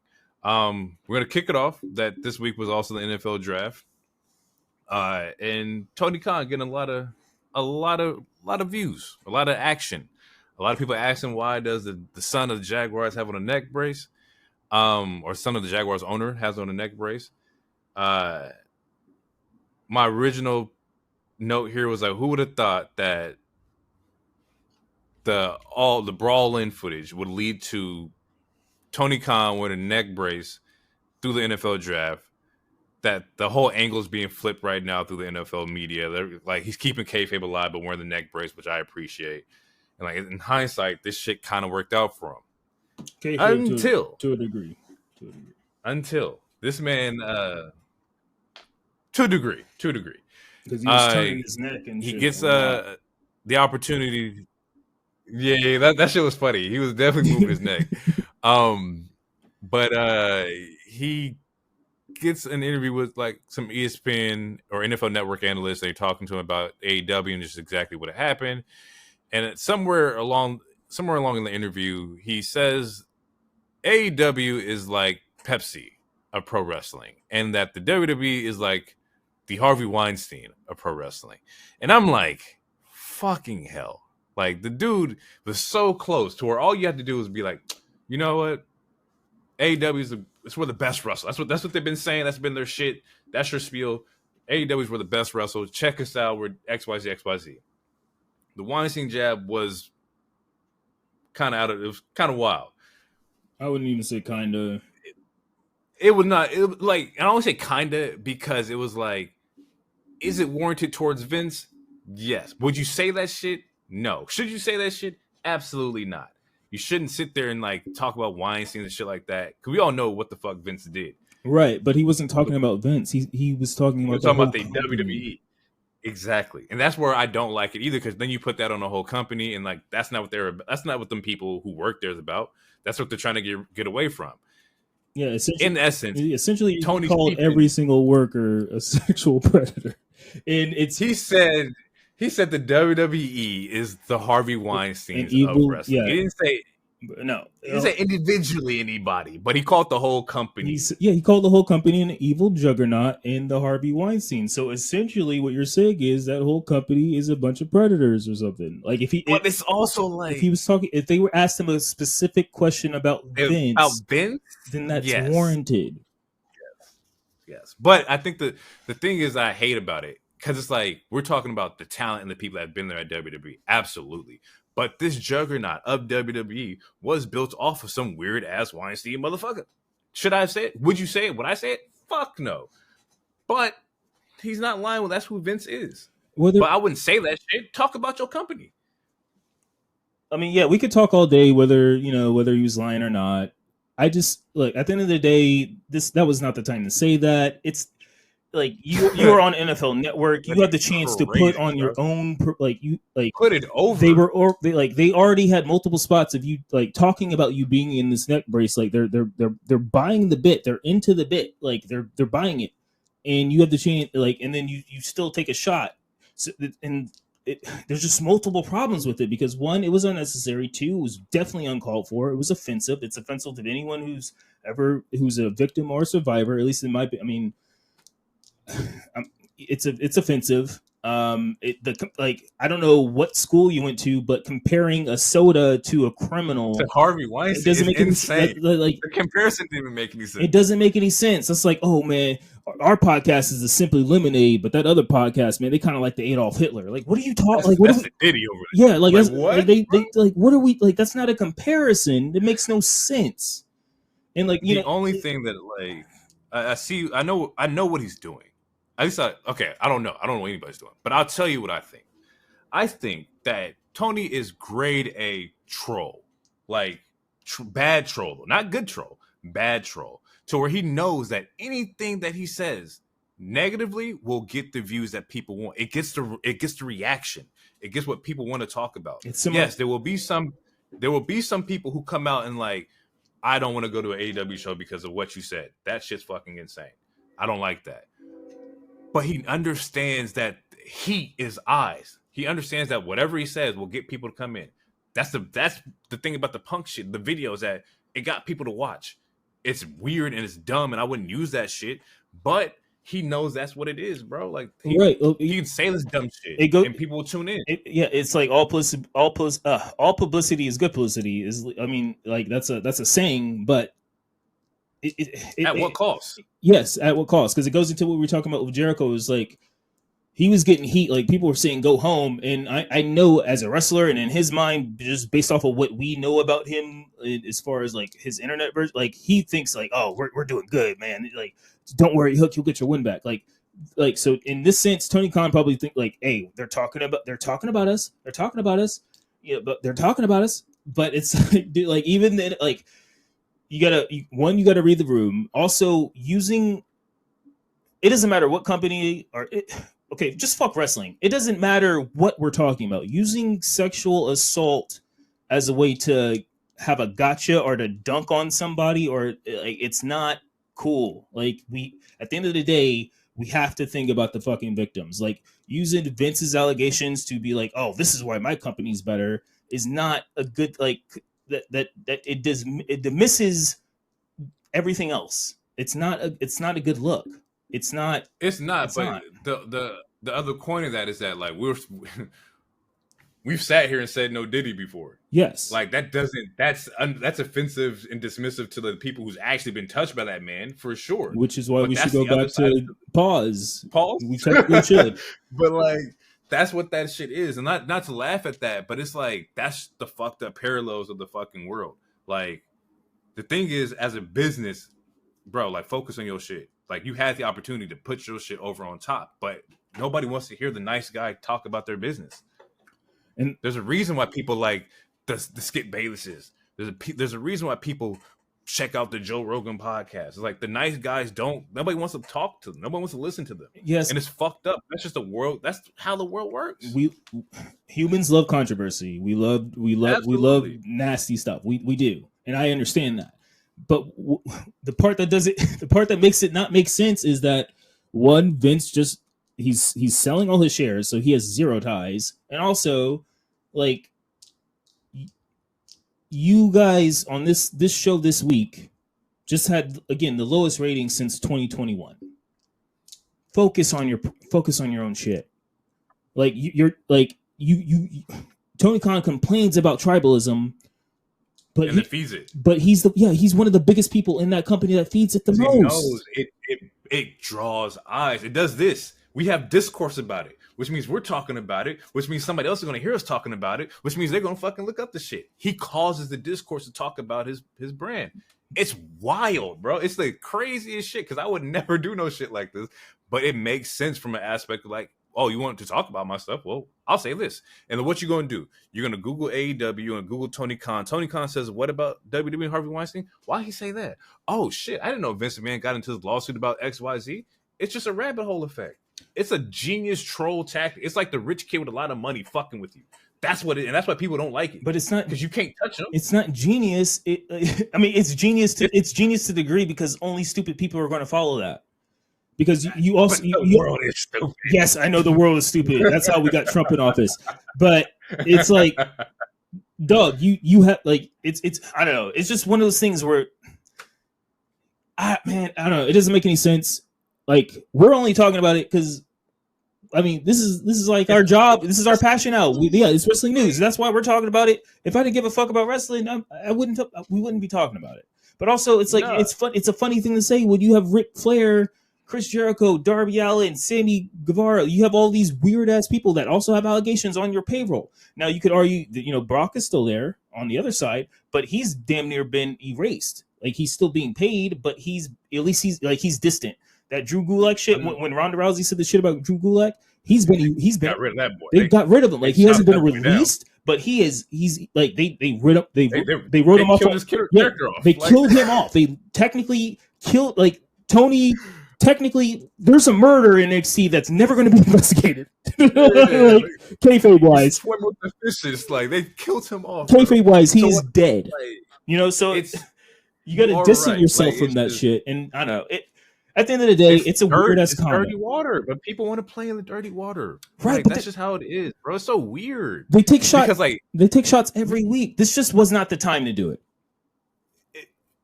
nah, I will agree. I wanted to go. I would went somewhere else. I thought he was in a hot spot to where like you got Jack Perry over on a CM Punk fight. You had one of the greatest pay-per-views with the greatest of all time match. Like you're in a very good spot. Talk about your show. He says, "We're Pepsi. They're Harvey Weinstein," which is fucked because it's like I said, Vince. Yeah, the company that Vince built when Vince was there, he was doing this shit inside WWE. Yeah, but not anymore. Yeah, and also but you can't say anything. It's weird, bro. It was weird. Yeah, It was very weird. And also, there's no such thing as a good billionaire. Like as much as Tony Khan, his hands are not clean either. Like there's been plenty of stories of him ghosting people, or like instead of I've seen stories about the Jacksonville Jaguars medical team don't really be taking care of their players and shit like that. Exactly. There's all this shit with CM Punk where he's like, I had to pay for my own surgery, and Tony Khan was like, man, I didn't know that. I'm going to look into it. Usually we do it, but I don't like the fact that you own the company and you don't know if your biggest star was like compensated for his like. I don't know. That's another red flag and another conversation. But it's just. Like at the end of the day, there's no such thing as a good billionaire. No billionaire's hands is clean. So like, but and the same could be said about WWE as well, where it's like I'm not defending WWE. I'm not defending Triple H and all of them because just as much as you say that like we had no idea Vince was doing shit, you definitely knew about the other shit that Vince was doing. You knew about the racism. You knew about the sexism. You knew about all that extra shit. So like, I'm not defending anybody. All you motherfuckers is weird because y'all seen this shit happen and didn't stop anybody. Tony's weird for talking about calling him a rapist. Triple H and all them is a little weird because it's like, y'all can't control Vince, but y'all didn't stop or change anything for the better. Like at least from what I've seen. That's if they knew. We don't know if Triple H knew or not. But my point, even if you don't know about the Janelle Grant situation, I mean just more so in general of like women like feeling like they're right. The racism tactics that's happened. Bobby and his sisters, that shit was on fucking TV and shit like that. I didn't hear nobody talk about Bruce Pritchard making sure that Bobby's sisters were men in fucking dresses and shit. They put that shit on TV. That's representation to y'all? That's what you think is like... That shit was ass. That was trash. That was part of the worst years of WWE when I was watching. My point with the billionaire thing is like, as fans go, they put Tony on some weird pedestal. And it's like at the end of the day, like I'm not saying he's a Vince, or I'm not saying he's a Jeff Bezos. I'm not saying he's a Bill Gates, but no billionaire is good. Like there's plenty of dirt on him. It's not like crazy dirt. It's not the same type of dirt. Like you need to like just at the end of the day, no billionaire is good. So like let's not put these people on a pedestal because they all kind of suck. And it's weird to be like my billionaire is better than your billionaire. Meanwhile, I'm broke. Like fuck out of here. I don't give a fuck about none of these niggas, bro. What the fuck? They just own a company that I am entertained by. Yeah. I don't like. I got nothing for them, bro. Like they don't care about necessarily me in particular. Yeah. So I'm good. I think our audio is a little off. So if I'm cutting you off, that's an accident. I'm not trying to cut you off. No, you all good. All right. But yeah, as far as the start of the show, because I have a thing I want to rant about real quick too. As far as the start of the show, because the show starts off with Trent Beretta, if I'm not mistaken, or Chuck. As far as like the opening of the show, the first match is or what's the first match? The show opens with Okada in them. Okay, coming out the cars. Yeah, I mean that part's fine. That's just a video thing. But, yeah, okay. Go ahead. All right, okay, because I'm not the only one that has this complaint. If you guys are part of the wrestling community, you've probably seen someone, particularly like Bully Ray, talk about it, and some other people talk about it. But why is the show not opening up with Swerve? And before anyone gets on me, I'm not asking for a WWE 40-minute promo of your opening champion. I'm not asking for any I'm not even saying Swerve shouldn't have had a match that night. That's fine. But you guys, I'm saying you guys. Okay. Anyway, we made Swerve winning this championship is supposed to be a big deal. First black championship in AEW. It's supposed to be this crazy big deal. and you start off the show with fucking best friend shit. Like, why is Chuck opening, besides the video, besides Young Bucks or whatever? Why is Chuck opening the show? Like, why we have like having your first black AEW champion should be a big deal. He could still have that match with Fletcher, even though I do have a problem with that match. Because why is Fletcher in a fucking title match against Swerve when he's 0-6 in all of 2024? It's not a title match, it's an eliminator match. But why? For what? It doesn't make any fucking sense. And, I mean, he could still have the match, but it didn't need to be 15 minutes. It could have been 5. Your champion, your new champion, is having a 50-50 match with a nigga who's never won. That is a problem to me. It is a problem to me that he's not opening the show. Does he need to do a Raw Cody Rhodes 20, 30-minute promo? No, he doesn't. I want AEW to be different. That's why it's an alternative. But goddamn, make that win feel important. It's supposed to feel important. If I was young me, I like, and we're looking at our first black champion. Like, what the fuck is this? I want to see that. He should be like, he's a rapper. Give him a concert. Have him pop some bottles of champagne or something. Like, what do niggas in Tacoma, Washington drink? Fucking Mad Dog? Have him pop a bottle of Mad Dog. Wait, let me type this on. People in Tacoma, motor oil. You telling me you couldn't get some OW24 SAE? Like, make this title feel important. What the fuck? Okay. You have Chuck Taylor open this show? I got it. I got you. So what I seen was planned is that, because I was like, damn, like he should open the show too. But from what I've read and what I've seen is that they're saving that moment for on Saturday, today, after the playoff game, because they come on right after the playoff game. So they want to garner all the views from that. Yeah, they're trying to get all the black people. Here's my issue with that though, is that if that was the case, I would have been better off like, fuck, he's white, like just don't have him on the show. Because if you want to garner that reaction, save that for today when they air this show. Yeah, announce because that. You want to pull all those people. Exactly. And announce that Saturday Collision after the NBA playoffs. We hear from Swerve Strickland, first time ever. Boom, I'm good. But you had him on the show and he's wrestling Kyle Fletcher, and which was a good match, by the way. And I do agree with you. Why the hell is Kyle Fletcher there? But Kyle Fletcher is the Nightwing to Will Ospreay's Batman. Not even that. The nigga is 0-6. He's a tease. He's under the Ospreay like umbrella. He's a tease. That's all it is. He already fought Takeshita. Hobbs is doing stuff with Mox that same day. You're not going to give him Ospreay just yet. He has to fight that guy because that's the next up in the big fucking rivalry. He didn't have to fight. He didn't have to fight anybody. But if he was going to fight somebody, it could have literally been anybody else. Like, honestly. It's not even the fact that he fought Kyle Fletcher. It's the fact that he went 15 minutes with Kyle Fletcher. Again, he is 0-6. It doesn't have to be a blonde. It doesn't have to be a blonde breaker squash, but it could have been a 2 minutes. He gets a couple punches off, maybe a suplex. I do my shit. You hit the swerve kick or whatever the fuck it's called. End of the match. He does like 15 minutes going 50-50 with the nigga who's never won. Crazy. It doesn't make you look good. It doesn't make Joe look good. It doesn't make the title look good. It doesn't make any goddamn sense. Yeah, he shouldn't have been against Kyle Fletcher. He shouldn't have wrestled to that day, period. I do respect the idea of like a working champion, but like against Kyle Fletcher. And I love Kyle Fletcher, but that's fuck. How does this compare to SmackDown? Not comparing it, but we just had somebody new who should not be in the ring with Cody. What's the difference?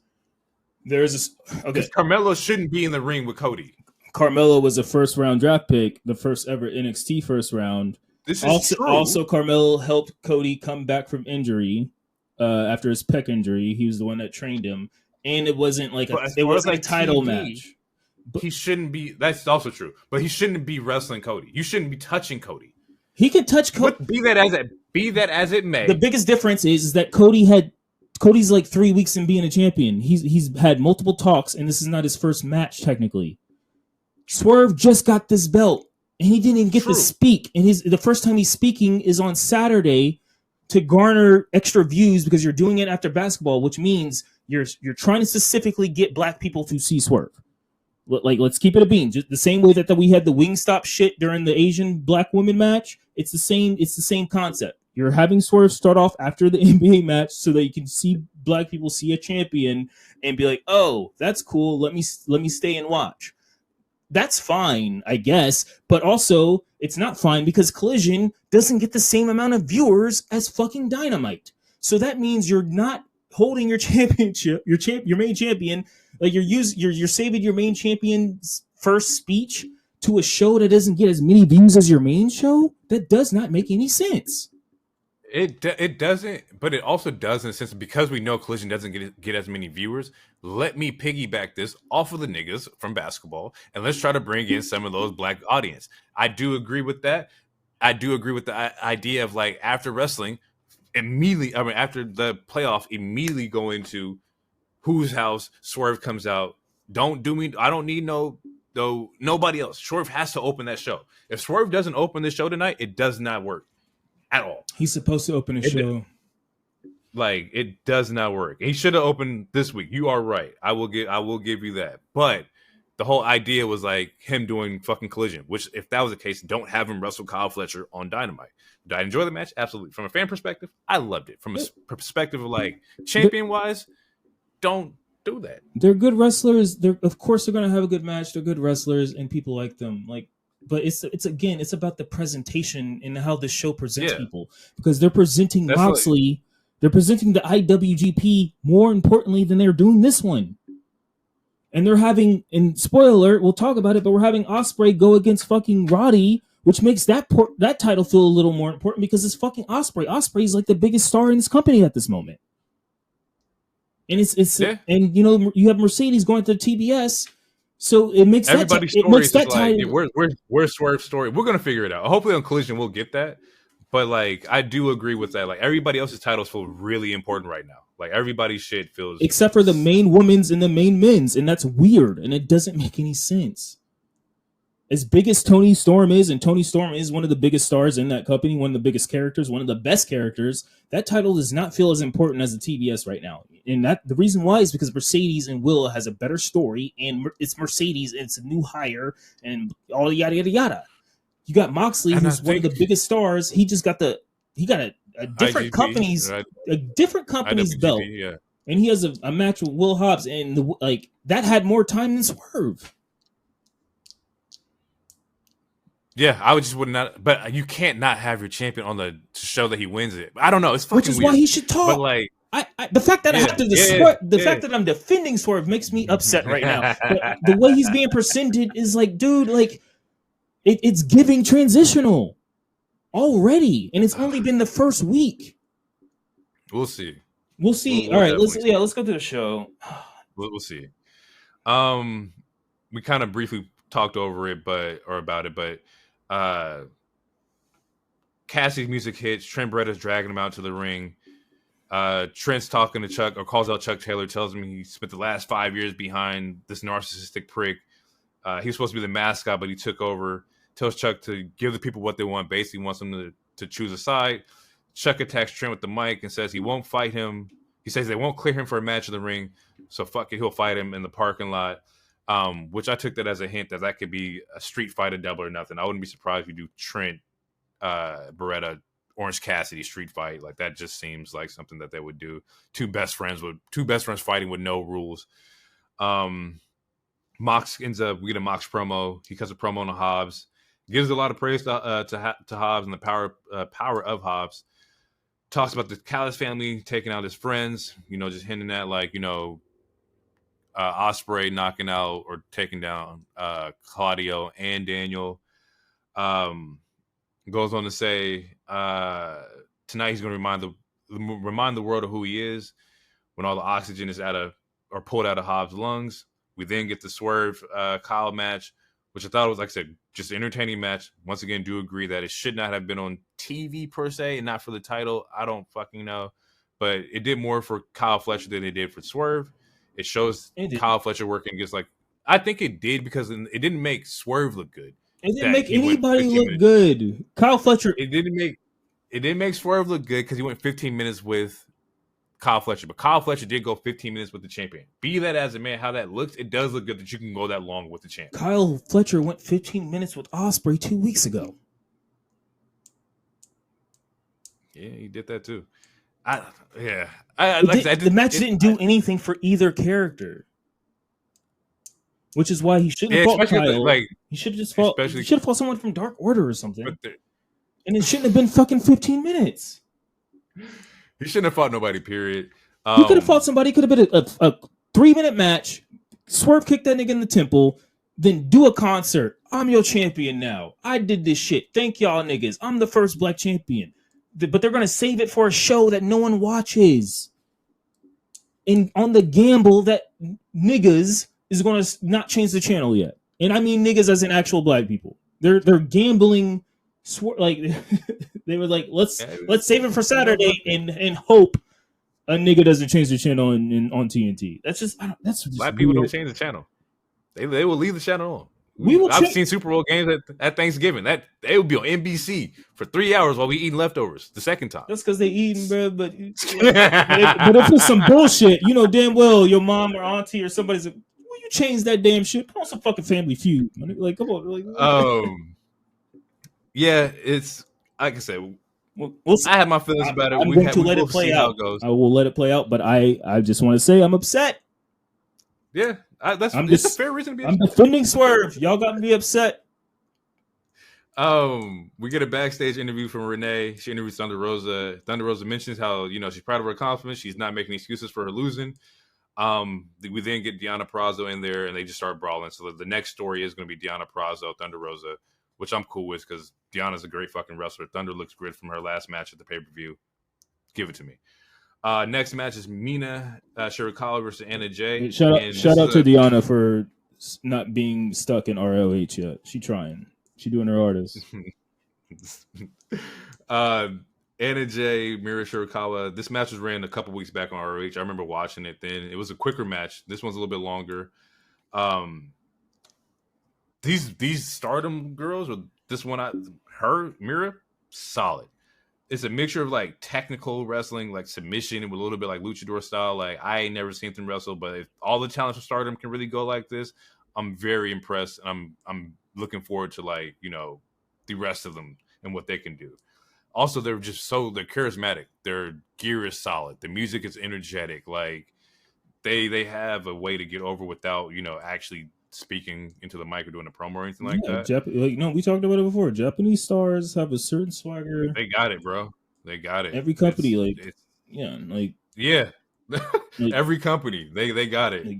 They have a certain swagger that Americans love, which I mean, honestly, could have been a new segment too. But there was an interview with some of like the New Japan people, like a lot of the people that, a lot of the Japanese owners and shit of the respective companies, and they were like. They felt resentment because they essentially, and I'm paraphrasing, like, man, we feel like a farm for the Americans because like they're taking all of our talent, and we're having. Yeah. And then one of the dudes was like, I'm a little jealous by the way that WWE in particular they are able to create new talent. We can't do that, so we're having a hard time creating new stars. And the stars that we do have are going to WWE or AEW, or at least working with AEW. And then some of them are going to go to Marigold now too. What if? Because remember we had this conversation about the PC and how you want the PC to be universal. You want everybody to be able to go to the PC and just train and get reps and shit like that. What if there's a possibility, and this would be, I think, it'd be a good idea, is that AEW builds their developmental process over in Japan. I think that you would help them out and help them cycle through like their talent and whatnot, but you're also flooding in your young talent that needs to work over in Japan. And that's just the style that AEW wrestlers want to see anyways, that New Japan style. Like that's what gets over. That's what gets the ratings. That's what gets the 5-star matches that AEW is looking for. Because they AEW fans also love American indie stuff, which is why we have a lot of spot. Like that's why we have the Young Bucks. That's why we have like some of the crazy like spot fest type shit. And also, then there's the whole luchador back. Like the whole point of AEW is to be exact alternative of WWE. So It's supposed to be diversity in wrestling, not diversity like people, but like diversity in styles of yeah, wrestling. because you have the death match, you have people like Moxley, and then you have people, like a Phoenix, and then you got Will Ospreay and Kenny, and I think that something like that could possibly work to where, like, hey, we'll help the ecosystem by making our developmental base here. Signing somebody and be like, hey, you're going to spend 3 years, 2 years in Japan training to be a wrestler. I don't think that's a bad idea. I think if I was an indie wrestler who wants to get better, I want to go to where the best were at. We always hear a lot of the superstars get released and like, man, I've never been to Japan before. I would love to go to Japan. yeah, Daniel, when he got released, he wanted to go to Japan. Dolph, Cameron Grimes just said that, oh, I want to go to Japan. I've never been there before. Ziggler, Mercedes, first thing she did yeah, was go to Japan. Ziggler went to Japan. yeah. So I think it'd be smart to Jericho went like to build Japan. your Yeah, no, yeah, I love Jericho, yeah, and like like build your developmental base over and there. then some people go to TNA like that, and that's why it's like in a perfect world, like even if we keep the beef on front, like I mean we can keep the beef public, like we can always like we can do the AEW and take shots and shit, but on the back end, like behind the scenes, I wish all these companies, yeah, they would be like a PC that trained in a certain style. You could have a PC in Japan that focuses on the Joshi / hard Japan style. You could have some British shit, like, but at the end of the day, they all network and work together, and then whatever. Like in a perfect world, that And would happen. we do see the behind the scenes where like these wrestlers all train with each other anyway, just not on a company level. Like Right. when people are injured, like, oh, they're wrestling against whoever. We see them train. They all live in Florida, or the good majority of live in Florida. So these wrestling gyms are only built in certain areas. Like they should do it. I just want unity on a company front, and that's probably not going to happen. So if we got the PC in Orlando, Florida for the WWE talent, just build the AEW fucking pool over in fucking Japan, and y'all just fucking run shit like that. That way you can help Japan out. Because I do agree that everybody's taking the Japanese talent. Like we've seen that like Stardom's coming over here.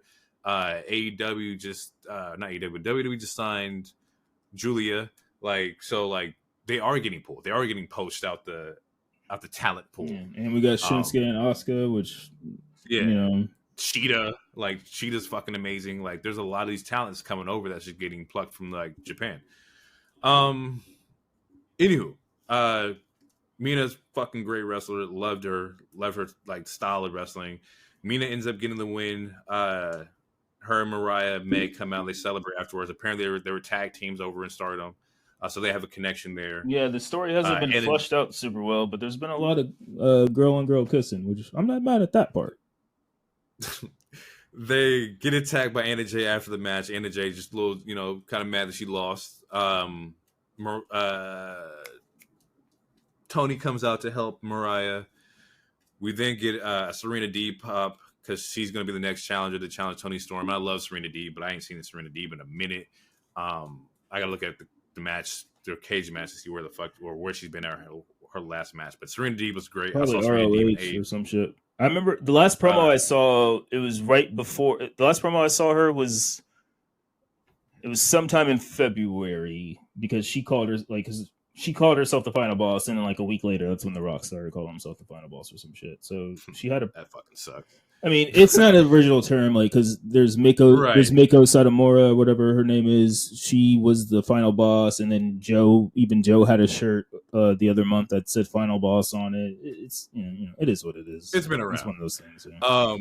Deeb comes out. She's going to be the next to challenge Toni Storm. So I think it's going to be Deeb and Storm at Double or Nothing, which is great. It's funny how like you said, the story complications or storyline implications with Toni is that it's not with her opponent. Right now it's with Mariah. And I think like that's what they're heading to. I think All In will be Mariah May versus Toni Storm. That's just the direction that they're going. That's the foreshadowing that I'm seeing, at least. We get a Willow promo. This is probably my favorite Willow promo. This is where like shit actually felt like solid for Willow. She talks about her beginnings where she was in the crowd in 2020 to getting signed in 2022. Like clockwork, we get a CEO interruption. Mercedes Moné claims that or just that she's not still in the moment. She's there to like just celebrate Willow. Willow feels that she's fucking up her moments, and that if she has something to say, to just get off her chest and say it. CEO claims that she'll be the new TBS champion at Double or Nothing. Asks if Willow was the one that attacked her backstage. They were like, "Nah, it's not us." Stokely says, "I don't want to be in women's business, but it's Julia Hart." Um, Willow then asks CEO if she feels like it's intentional that she injured her. Gets spun that Willow doesn't want the truth; she just wants to feel better, but feels better about herself. And this is what sets up probably like the best part of Willow's promo is that like, she had doubts when she beat her in Japan. The internet had doubts that she should even be that champion. So there's an asterisk to her New Japan title reign. But there is no asterisk towards the TBS championship run. And so at Double or Nothing, she wants her 100% because they said that she couldn't beat her at 100%. So now I'm ready for you. This leads me to believe that Mercedes won't get over on Willow at Double or Nothing. I think that Statlander I turns think we're heel. going to find out that, or we find out who attacked her. Statlander. It's either Statlander or probably it's probably gonna be Statlander. I don't think it's Shows up Willow. that She sounds too nice. She has the same That's what I'm problem saying. with Ivar and Ivy Niles. She's just too much of a baby face. So like, it's probably going to be Statlander that end up attacking Mercedes. Because we saw that there was an arm grab from Statlander because Statlander wanted to smoke, and then Mercedes actually ends up hitting Willow instead of Stat. I don't know if she wanted to smoke as much as she just was like trying to like, hey, stay or something, and then Sasha or Mercedes was like, nah, fuck that, and then she slapped Willow, and there's the whole thing. I do have a question though, real quick, because I don't remember if it was like during Dynasty or not. There was during an interview, Tony was asked about Mercedes' lack of like in ring stuff at the moment, and essentially he said, oh, fuck, he said she will be ready by Double or Nothing. Essentially the way he phrased it. It seemed like she came and she's not officially cleared to wrestle yet. It seems like Probably she's that's but 95% what yeah, probably happened. and that's what's that's some of the that's what the internet is also kind of feeling. But also at the same time, that first week, it was either on Big Business or the week after, if I'm not mistaken. She did get physical because she like did her finisher on somebody. She did. I don't know. It's just weird. So my question was, do you think she's injured? And if she was like, should she even have shown up? Especially since all she's doing is like fucking promos and video packages. I'm 50-50, and I'll explain why. I'm 50. Yes, she should have shown up because your next show in Boston probably wasn't going to be until like next year, and you wanted to pop her. You wanted to give her the pop. I'm also like no because at the same time, AEW would have been fine. You just popped fucking Okada like the week before, and then Ospreay the week before that. So they could have did without the Mercedes, and they wanted to elongate it. If Mercedes would have popped now and then she's ready to go for Double or Nothing, we'd have been cool. They'd be like, oh shit, okay, I'm ready to go. But at the same time, like they've been hinting at Mercedes since December of last year. Like it's at some point we got to stop talking about it and just fucking do it. Right.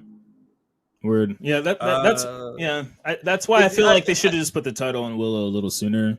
So it would have made it would have made a little more sense if Willow already had a title. But I don't know. Like I think maybe they were working on Mercedes' schedule. I think they're working on her timeline of like when she would be ready to go, rather than just working on their schedule of like when we need to get this belt off of. Right, but Julia was also hurt, so it just makes Willow more. It gives Willow more time to be a credible champion. Right, because Willow was hurt in like February, if not a little bit before, and then Mercedes didn't debut again until like March 14th. So it's like, right, you could have just we could have some filler. Yeah, in between. like Willow could have knocked out like 3 different feuds during this to make her more credible, because obviously like, she's one of the better women there, like in the company. Like she's a really good worker. She's all like fans love her. I love her. Like like everyone loves her. She's awesome. So I know. It can't change the past, but I was just curious about that. Anyway, we get a glimpse of the Elite leaving Tony's office with the question looming of, is Jack reinstated? There's a Casino Gauntlet match, which I had no idea what the fuck this match was, but apparently the rules is that people keep coming out until one person gets pinned or wins by submission. This was for a shot at the AEW International Championship. Even without me knowing the rules, it was still a very entertaining match. We get, Jay White, Dante Martin, Kyle O'Reilly, Lance Archer, Commander, and Will Ospreay. Super dope DDT spot by Commander and Will Ospreay in this match. Kyle gets a moment with Ospreay, and I'm like, damn, I would love to see, a Kyle and Will Ospreay match. Overall, Ospreay ends up winning this. He gets the championship spot against Roderick Strong at Double or Nothing, which I would assume would be a good match as well. I don't see him having like any doubts with this. I'm just curious about like who's going to win this match. Yeah, this is why he shouldn't have been it. This was stupid, and this is what I was talking about foreshadowing earlier. Not to cut you off, I'm sorry, but it's stupid. Yeah, same thing. I was just saying like, who the hell is going to win this? I am interested in the storyline between Roderick and Ospreay. Like they're going to go back at each other. Roderick does work. You see Roderick every fucking week, or yeah, he is there all the fucking time. So yeah, we'll see how that works. We then. Oh no, I have a question. No, because sorry, we got to get into a tangent and make the episode a little longer. But I need your thoughts on this because it doesn't. To me, it does not make any. It doesn't. It goes back to back to what we were talking about earlier. Like it makes. It doesn't feel like It doesn't feel like Tony or whoever is making the AEW championship the main focus. Like when we had a conversation multiple episodes ago when I asked you like, what do you think the tier rankings is between these championships right now? And it seems like ever since that conversation, the tiers have switched, and it's like confusing to me. Is like more important than the AEW. Yeah, because I don't see Will Ospreay losing. Like, is this his first loss is good? Do you think his first loss is going to be against Roderick? And also, I don't think that. I mean, at least I wouldn't book it that way. But also, I wouldn't even had him in this fucking match to begin with, because again, like Ospreay's like the most popular character right now. They don't want Swerve to lose at All In. This is why I don't think Swerve is going to fight Ospreay at All In. I think it's going to end up being Cole Ospreay at All In. For what? I don't fucking know. I don't know. I haven't thought that far yet. Yeah, that doesn't make that. I don't know. That doesn't make sense. I really don't know. Like again, it's like you have Mercedes and you like your most popular female right now, and you have Ospreay, your most popular male right now, fan favorites. They're going after mid-card titles. They're not going after the main titles, which, based on their popularity at the moment, it makes those titles feel more important, especially if you're not booking the other titles strongly. But it also depends on how they want to do it, because there's a lot of creative control that the wrestlers have in AEW, to where I could see Mercedes wanting to go back and wrestle Willow for their storyline implications, because there is no story right now with her and Tony, although you could have created one. But she also wanted to help out the women's division. And right now, the TBS Championship was the only championship that really didn't have any prestige yet. It's like Tony's carrying the title right now. Oh, hold on. It had prestige, and then Jade lost it. They gave it to Chris, which Chris is one of my favorite workers there, but she didn't have a good reign. And then the prestige died. Even with that, though, it's like Jade was being separated from the group. We knew that. Yes. So Jade's reign was 15-0, which was fucking great and amazing, but she was just dominating everybody. We liked the reign because it was Jade. We didn't necessarily like the title. We just liked Jade. So, the reign for Jade was great. After that, like you said, Statlander got it, but then, like you said, they didn't really push that. So now we're in a limbo phase with, the TBS Championship. So the one that needs the most help to be elevated is the TBS title. The one that's on the network that your show's on. You've got to get that elevated. What makes that look good is Mercedes getting it. Although I don't want her to win it, it would make sense. I'm fine with her elevating because the women don't have that many mid-card titles in this company. The men have 1 billion titles in this company. Yeah, 1,000. So it's again, if we talk about the rankings, because the first 2 years of this company, it was the AEW and then the TNT. Then they added a couple other titles. I'm not even going to ignore ROH right now. So then we got the Intercontinental. Or not Intercontinental. We have the one that Roderick has, and International, and then we have the one Continental. And then we have the one that Okada has. Yeah. So now, based on, because Okada was another big ass signing. So at the moment, if we were to do another rankings, it seems like if I'm new to the show and I this was my first episode of this show, I'm putting IWGP at top for men, then the one that Roderick has, then Osprey, and then TNT. So is that like? I just want to know what the real rankings. I feel like there's no consistency with that. There Which is where because like the it makes it consistency is confusing. not on Dynamite between all three of the shows, which is like very confusing. Is that like while there won't be any mention or showing of like the AEW tag belts that just won, they'll talk about it on Collision or not? On Collision. Like it's not necessarily the booking; it's like the approach or the way y'all talk about these titles. Like day one, like you said, should have been Swerve coming out. I'm the AEW champion. I'm head of the table. Boom, boom, boom, boom, boom. After that, you should have a promo with the Elite where they talk about they have all the fucking gold because they do currently right now. Then we get the fucking Roderick Strong and shit like that. But at the same time, Osprey should not have won this Casino Battle Royal. But I don't know. Maybe Osprey will take his first loss early. I don't think so, but like I don't know what they got in store. Maybe it's the DQ finish. Yeah. I don't fucking know. I think it'd be yeah. I don't know. Anyway. Maybe the angle is that fucking Wardlow will do his job and protect Roderick from losing against Osprey in some DQ fashion. That way, nobody takes the fucking loss. Yeah, but I feel like you then just don't have Osprey. Like based on the rules of the match, Osprey didn't have to get pinned or submitted, and that loss wouldn't have hurt anything technically because there was technically 21 opponents that could have been in that match. There was only like 8 that showed up or whatever, but there was technically 21.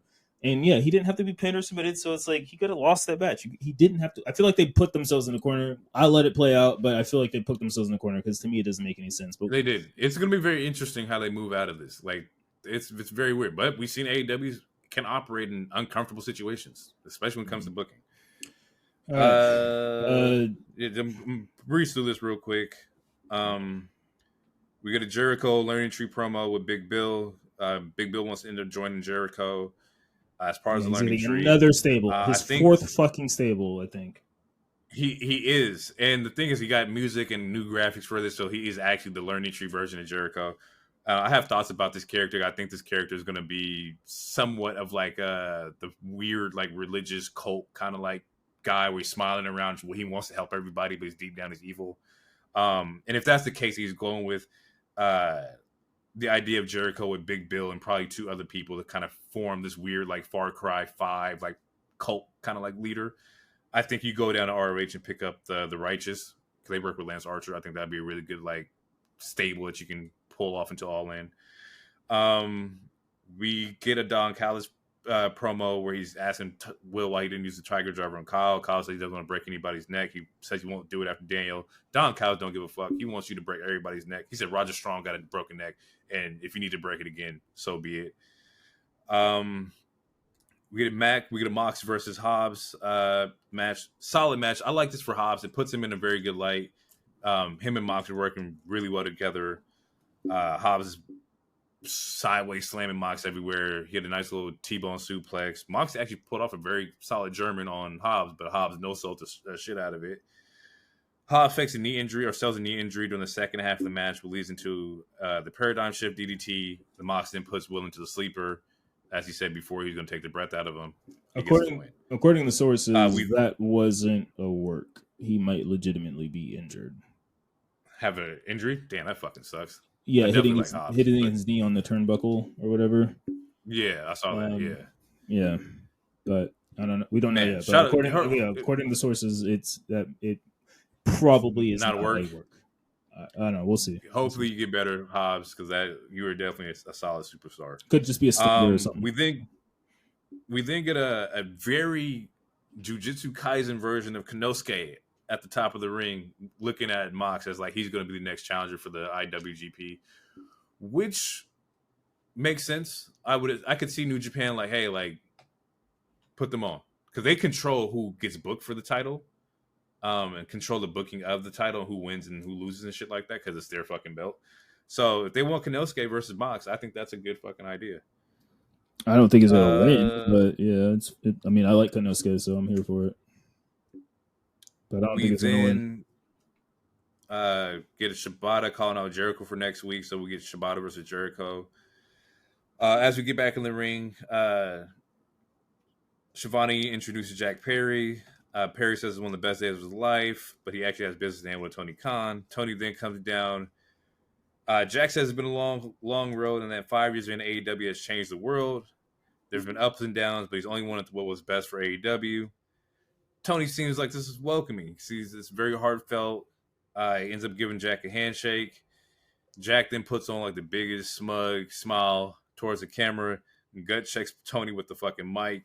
The Elite come out, ask him what the fuck is he doing. Like, he hits Tony in the stomach, and Tony takes a back bump. He does. That shit was funny.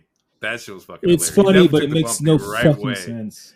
It's like, he shouldn't have been in the ring, but like, go ahead, Tony. Do what you got to do. Also, because he literally vowed to never be an on-screen character. In the last 2 weeks, he was on screen.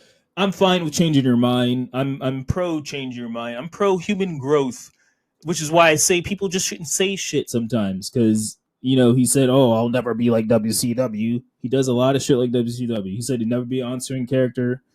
Now he's an on-screen character. And this motherfucker took a stomach shot and fell on his back. I don't understand it. It was funny, but I don't understand it. We can carry on. I mean, we've seen bad sells. You know, Vince even sold a stunner fucking crazy. Although Vince was like 75 years old. Yeah, he shouldn't have been. He never sold a stunner. I just rewatched the first stunner he took, and I'm like, this old pervert. Piece of shit.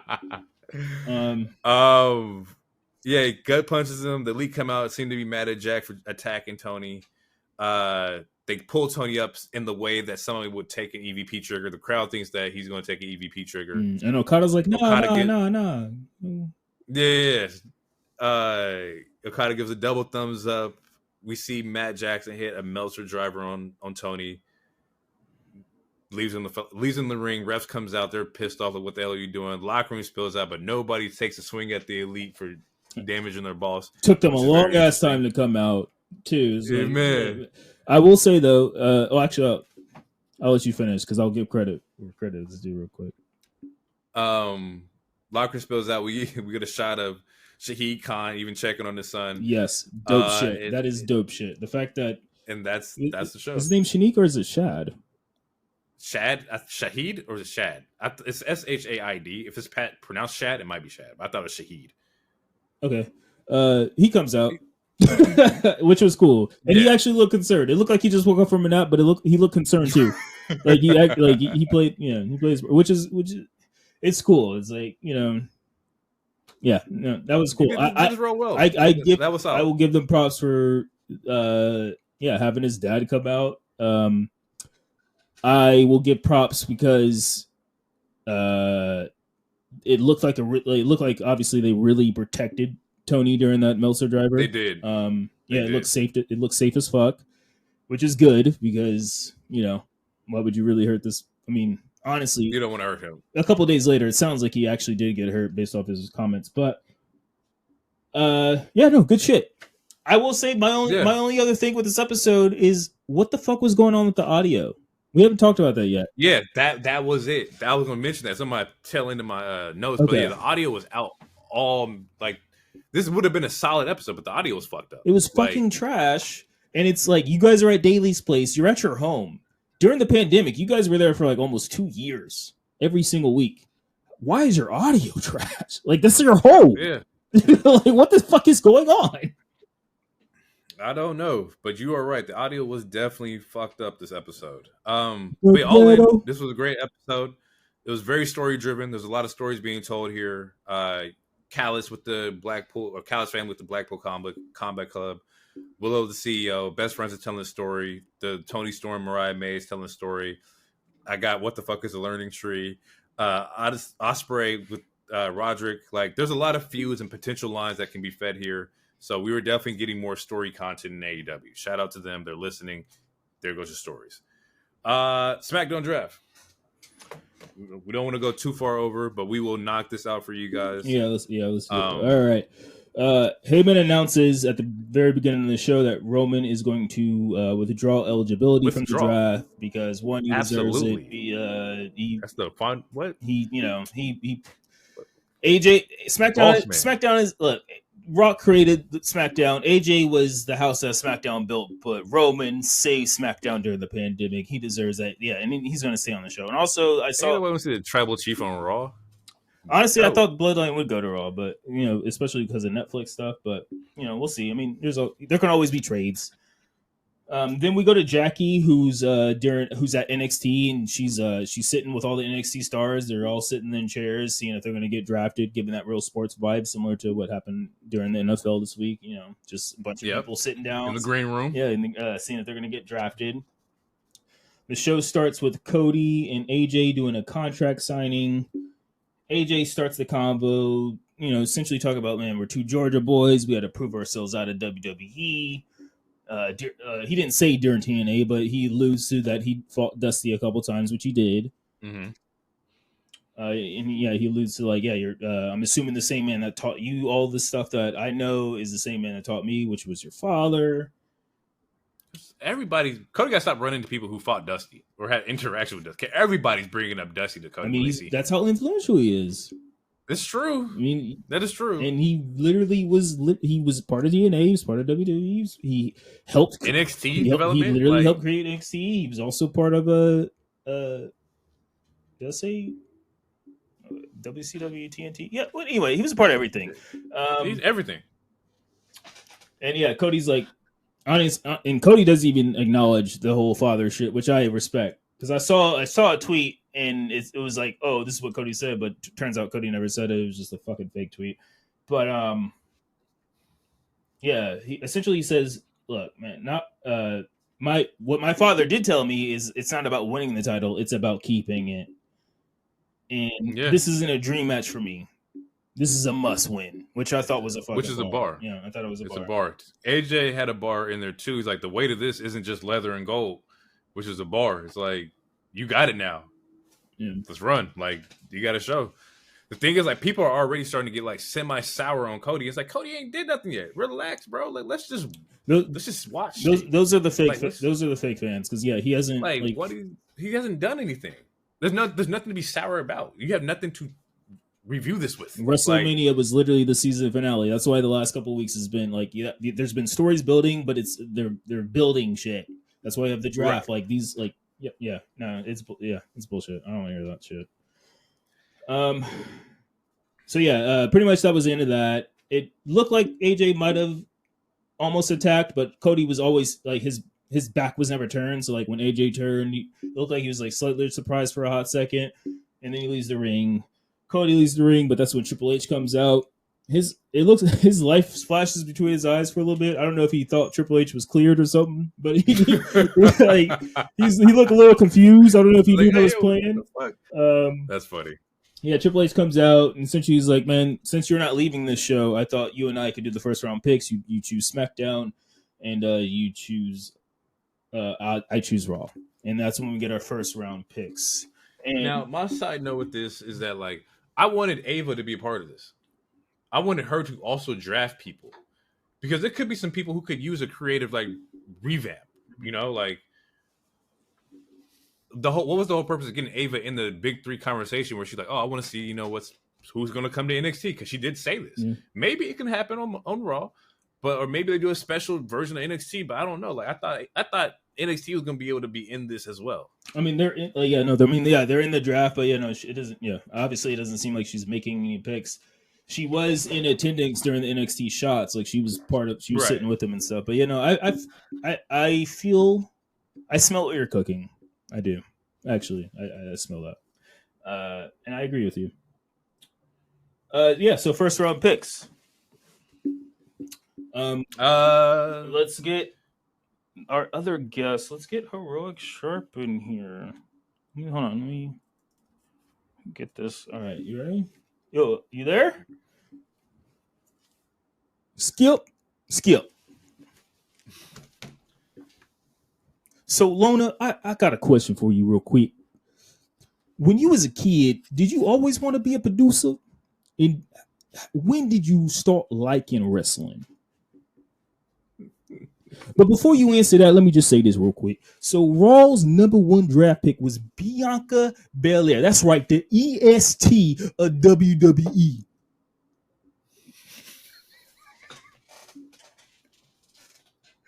can't do this nigga, bro. I can't do this shit. This man is a fucking lunatic.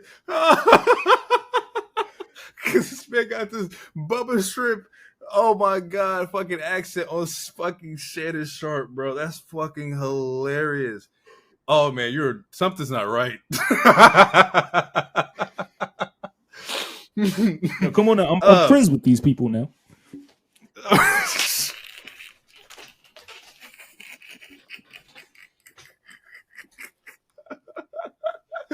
Oh, this is my friends. Oh fuck, that's funny. Fuck man, you're too much, bro. Bianca Belair was the first round pick to SmackDown. Yes, she was. The thing with this pick is that like she didn't go anywhere. Like we're like this is the draft. It's supposed to be switching shows, right? Like where's she going? But I get it. You want to lock in the superstar of your show. You want to make sure that she's part of the show. You don't want her to go nowhere. We want to lock her down. So yes, Bianca Belair is the first pick of SmackDown. And according to my research, she's the third woman ever drafted in the first round. First pick. She's definitely that. And she deserves it because she is the EST. She is definitely a main attraction draw for sure. What we got for number 2? Now, Lona J, this was good. This was a good pick now. Jey Uso. I was waiting for the yeet in the accent. Like yeet.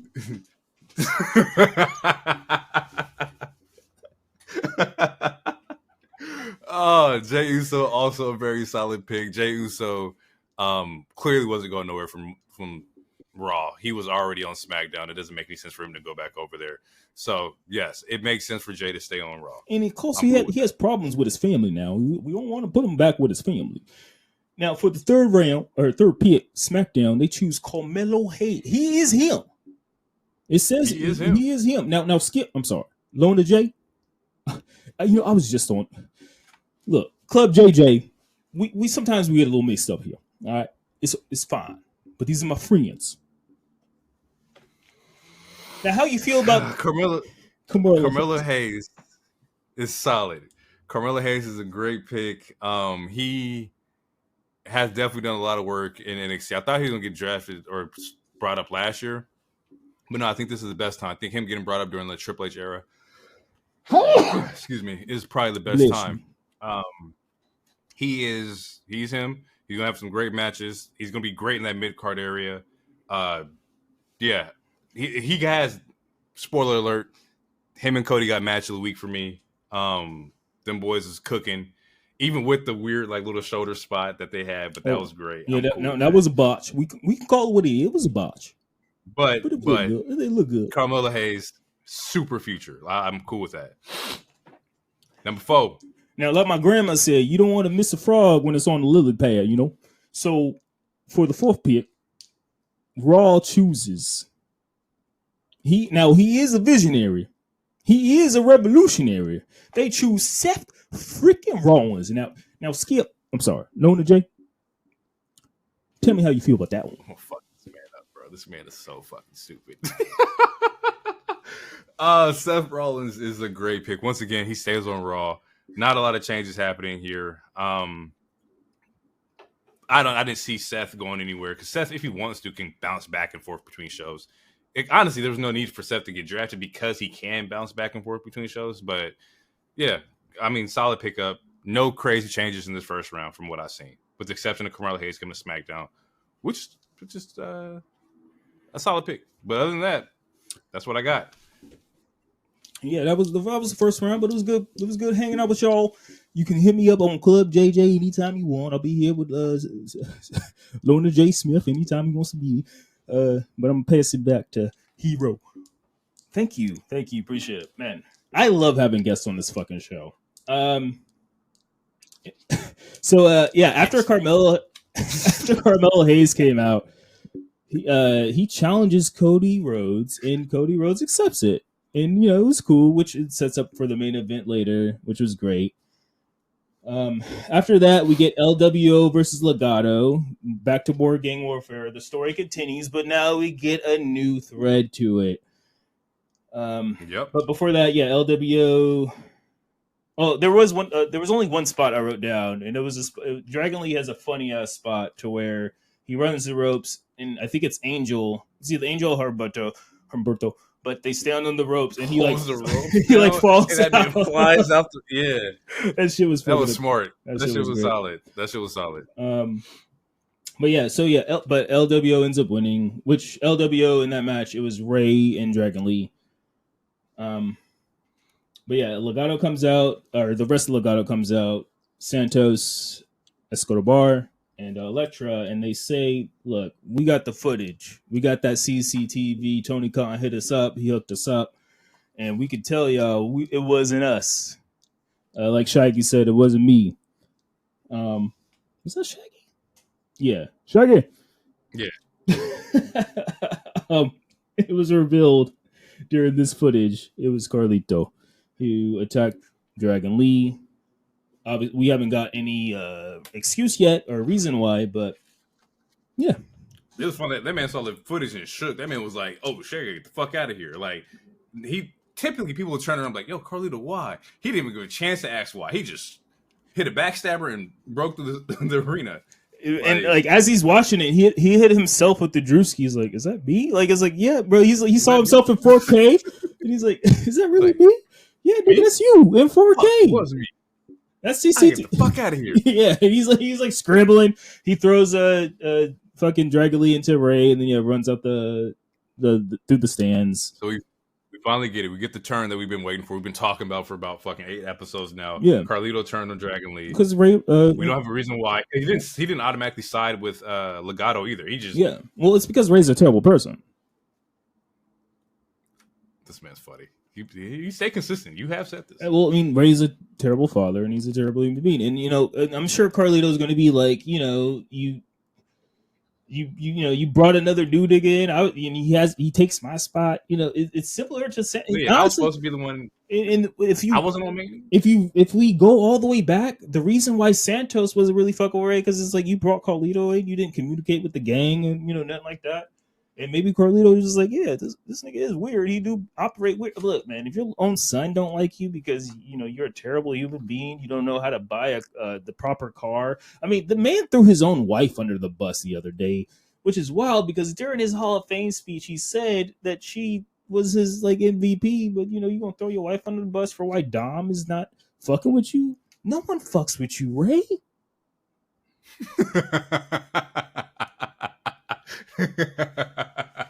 That sounded so rap beef like. That was crazy. That's gonna be a crazy like interlude to somebody's album. Eddie Guerrero turned on you. Batista turned on you. Santos turned on you. Dominic turned on you. Carlito turned. Nobody fucks with you, Ray. Why, Ray? Look in the mirror, my nigga. He asked some smart questions. Take off that mask and look in the mirror, my nigga. Why people keep turning on you? What you doing wrong? I don't like to play the victim blame game. That's not cool. We don't blame the victims here on Monday Night Wave. But something is wrong with Ray. I just listed like 6 people that turned. Something is wrong. You doing something wrong, my guy. Figure it out. Not wrong. And that's why this is brought to you by BetterHelp because we want you to figure out yourself as not a sponsor. Not a sponsor. We ain't got. We're not giving nobody no free ad. no free ads. Hey, you want the ad? Hey, hit the email mondaynightwave@gmail.com. Hit that. Please hit that. We will talk, and I will name drop you guys anytime. So yeah, after that, Heyman talk. So Solo arrives. He arrives. Oh no, not shit. We get the Braun Breaker Cedric match. Yep. Which it's quick match. Quick ass match. Nigga had no entrance. You already know what time it is. His straps were already down. He came out, did a quick little dive off the rope, speared 1, 2, 3. Damn, the straps was already down. One, that's a wild thing to say, and 2, I didn't even notice that. I gotta rewatch that. The straps was already down. Yeah, straps were already down. He was ready to go. Oh yeah, that nigga was. This was second to Kofi and Brock. It was done. You knew exactly what the fuck was going on here.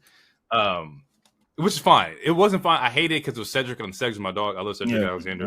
But like, we got to get him out of these fucking squash matches. Yeah, go ahead. And now you got drafted. It's time to get some wrestling in. Yeah. Which is why I wanted him and Braun to stay together because I feel like it would be easier to get his character over. But spoiler alert, he goes to a yeah. Anyway, yeah. So okay, so after that, we get a backstage segment. Heyman is just sitting there. He's waiting. A car arrives. It's Solo and Tama. And then he's just sitting there for a second. And he's like, "Oh shit, my bad." And he opens doors for Solo, and he apologizes multiple times. He's like, "Usually I open the door for the Trouble Chief. I'll open the door for you. My bad. I apologize." And then Solo asks, "Why haven't we been drafted yet? Or have we been drafted yet?" And Heyman essentially was like, "No." And the reason why we probably fell so far down already is because you added new members to the group. Yeah, you added a new member, and well, yeah, Roman withdrew himself. And then since you added a new member, if someone was to draft us, they don't know who they're really getting or whatever. They don't know who the potential is. And that's a setup. Yeah. And I saw a tweet, I don't know who it was, but they were like, Solo talks. You ever watch Malcolm in the Middle? Yeah. You know, remember Malcolm's black friend who's the wheelchair? Yeah.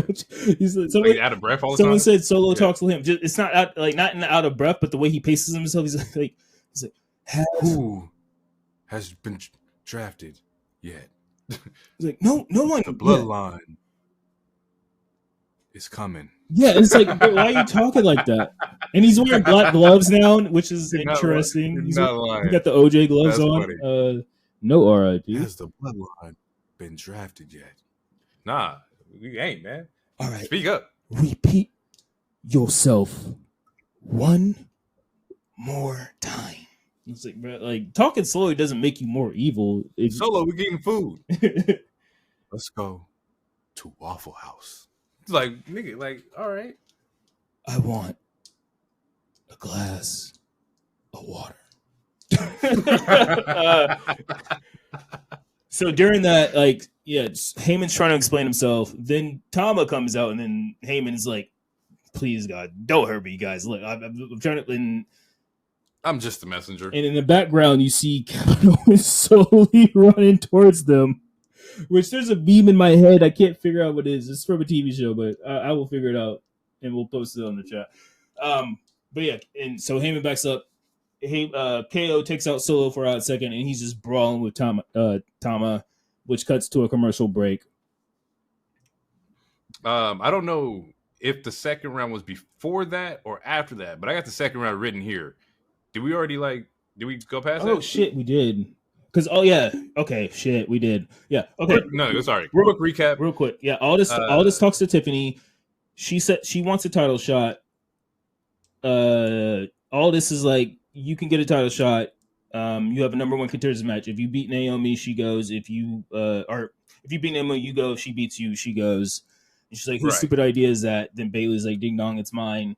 Because, if Naomi wins, she can get the title match that you fucking interrupted like an asshole. Or if you win, I can show you why you don't interrupt the role model, which was hard. Then she leaves, and then we get the second round picks. Second round, quick recap. Randy stays on SmackDown. Braun ends up on Raw. Nia comes to SmackDown, which is kind of cool because now we know where Nia is going to be at. Because last week or the week before, I was like, where the fuck is Nia? Nia needs to be doing something. Yeah. So Nia comes to SmackDown. And she was in the Battle Royal. And fun fact, this is her first time being on SmackDown. Ever. Really? Yeah, first time.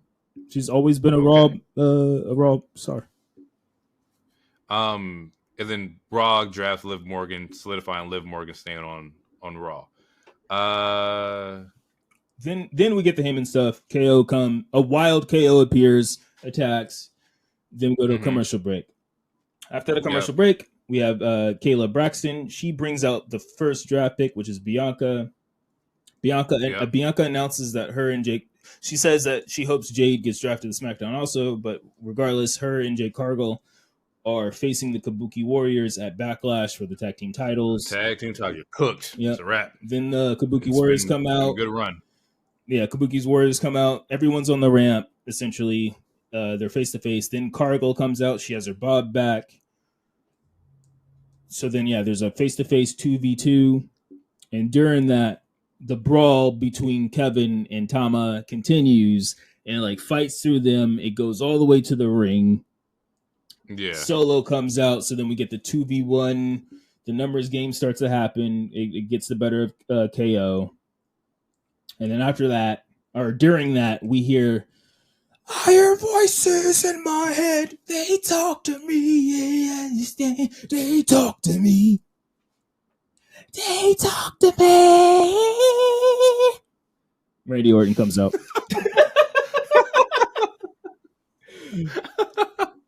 Yeah, Randy comes out. Randy saves KO from getting jumped. They then do like there's a promo afterwards where like there's the RKO show or Randy KO show next week on SmackDown. RKO KO. RKO KO. Well, that part's a little later in the night because they all this announces a match before, right. But now, okay, so after that, that's when we get round 3. And let me get back on the line. Let's get back Venti since he didn't really do that much. You can start. Venti can do the Raw picks.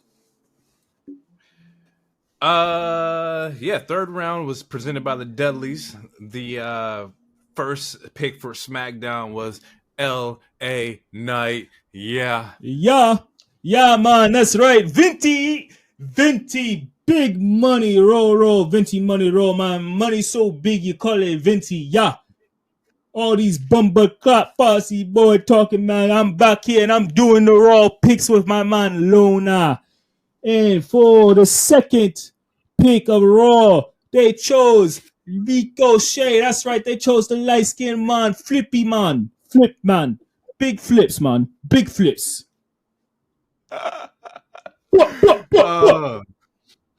For the third pick, SmackDown selects the new version of the Bloodline. So Paul Heyman, Solo Sikoa, Tama Tonga gets voted or gets drafted to SmackDown. MFT, man. Bless you. And then for the fourth pick of Raw in the third round, man, Raw chooses Sheamus. Banger after banger, burger after burger. Whatever you say, man, you put some respect on the redhead's name, man. You know what I'm saying? Big things, yeah. But. My boy, man, Venti money so tall I can stand on it, yo. He missed his opportunity. It should have been beef patty after patty after patty. Oh, we don't make fun of the Jamaican patty here, man. We don't do the jerk here unless it's the chicken, yeah, you know. Good God. We then get boy. Tiffany Stratton.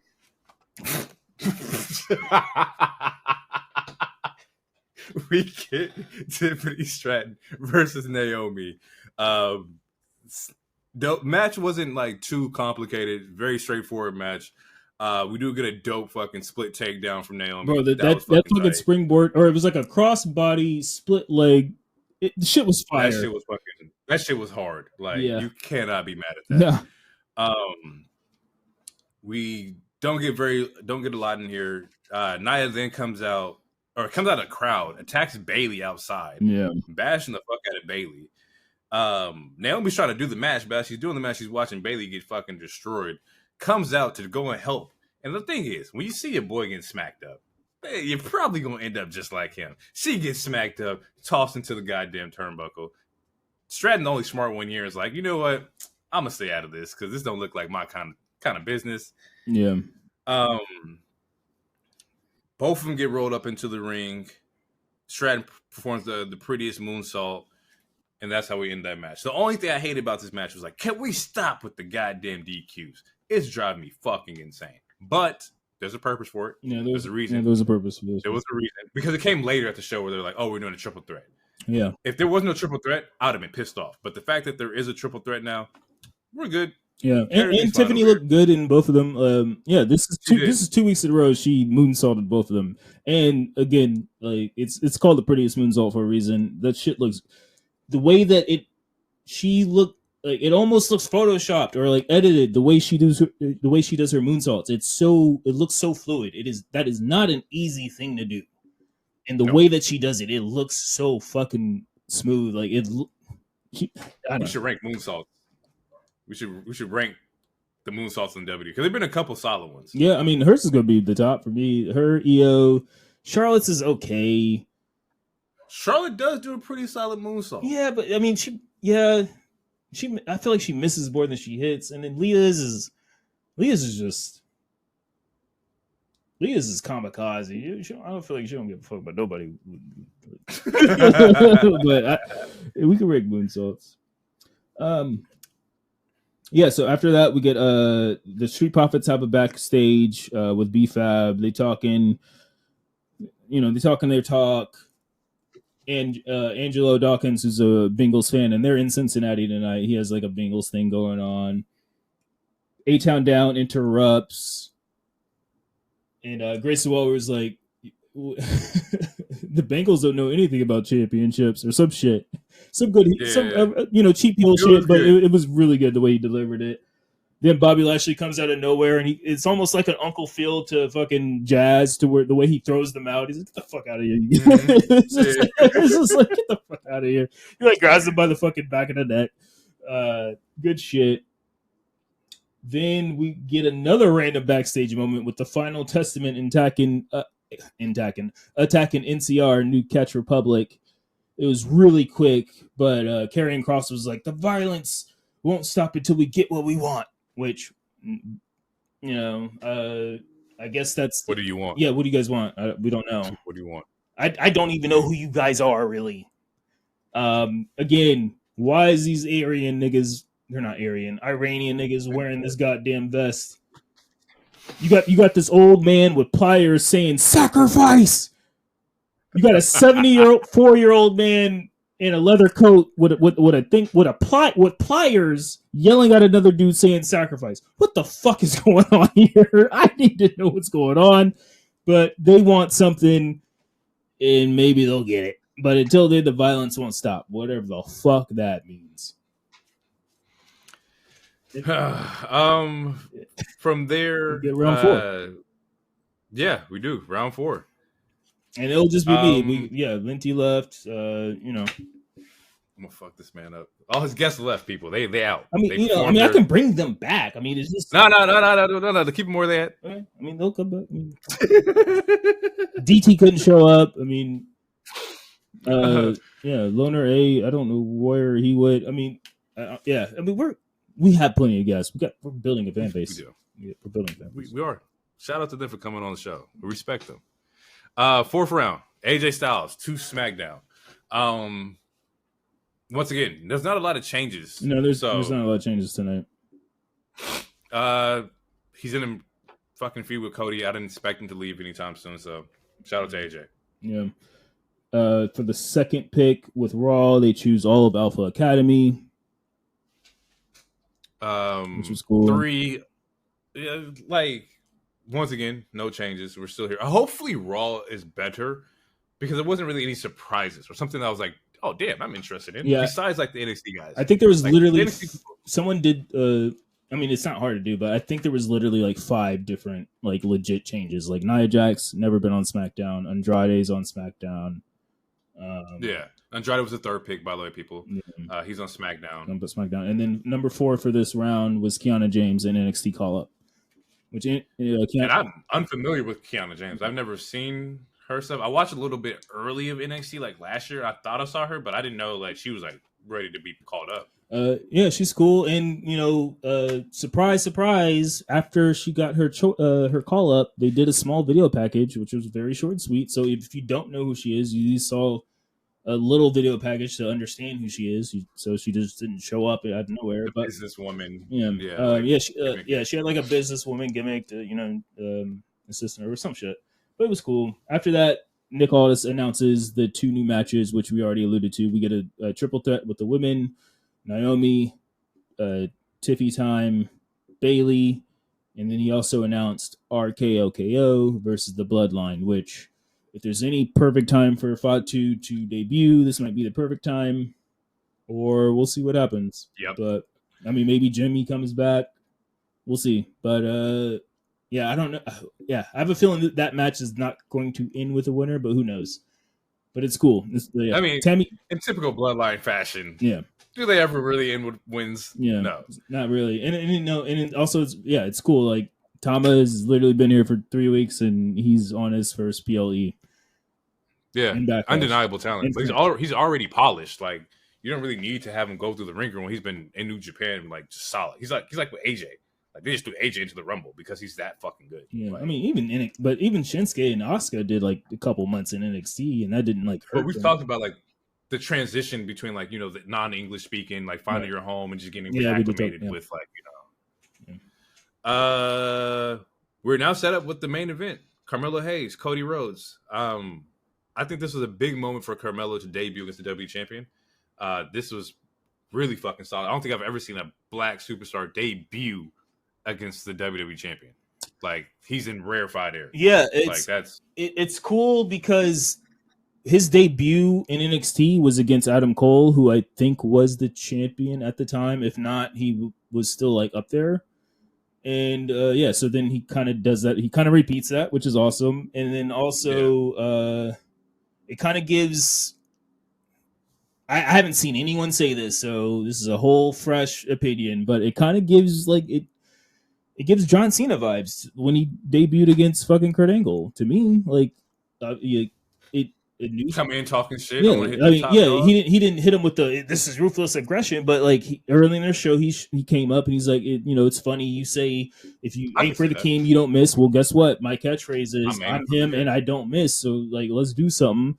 And Cody Rhodes accepted it. So to me, it's not a one for one. It's not I wouldn't say that they're Nah, but copy it's story, but very similar. yeah, I feel like it's similar. I Very haven't similar. seen any page podcast or no one talk about that. So that is a fresh Monday night take, and I think it's similar, and I think it was cool in that aspect at least. He's solid, and the thing is, like, sooner than later, you got to strap a belt on him because he's good. Like, I don't know, and I know I say that about everybody, but like the people I say it about, I genuinely believe that they're about to supersede like the talent that they're at. Like, at some point, it's like he's going to reach a plateau where he's already great on the mic, his in-ring ability is great, like he's an undeniable like TV attraction. Him and Trick. When Trick gets up, it's a fucking rap.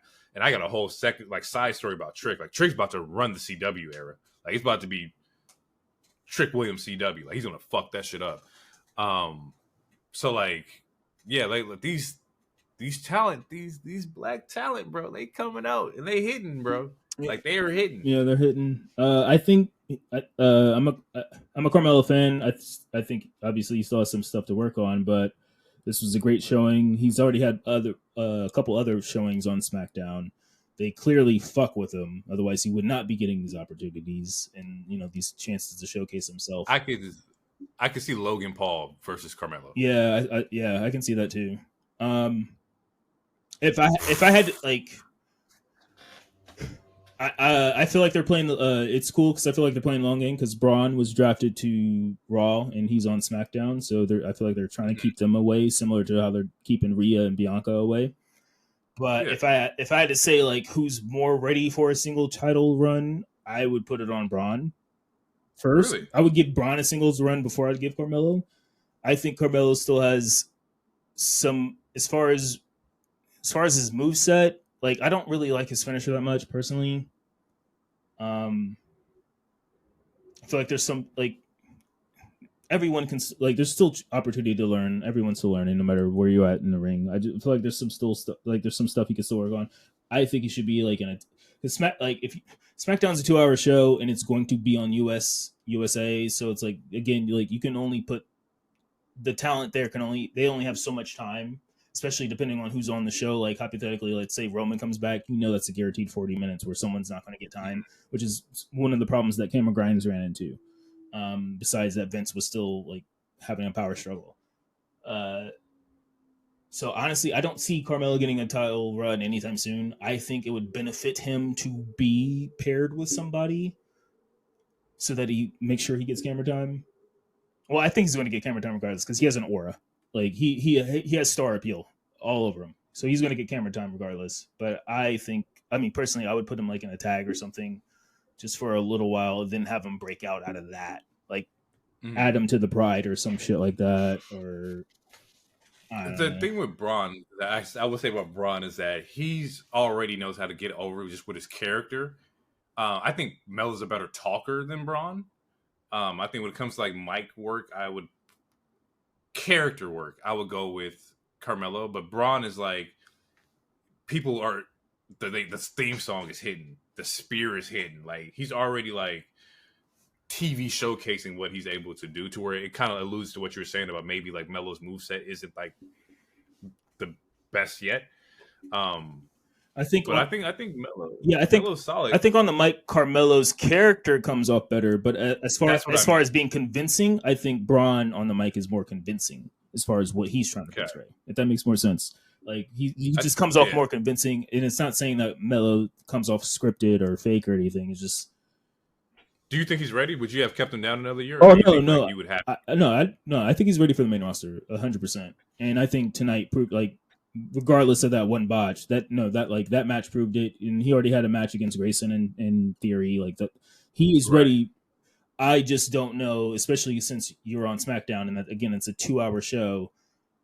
I would keep him. I would put him in a tag, so that we don't have a repeat of. Put him with Bobby. Yeah. Again, I would put him with the Bride or some shit, just so that we don't have a repeat, or bring MVP back. Put him with Omos or some shit. I don't know. I think you treat him like Rock was in Nation. If you could put Melo with Bobby, and then put him next to Profits and BFAB, not because you want to put all the black people together. I know what y'all thinking. Shut the fuck up. No. But just put the young person next to the legends who are like gonna give him the game.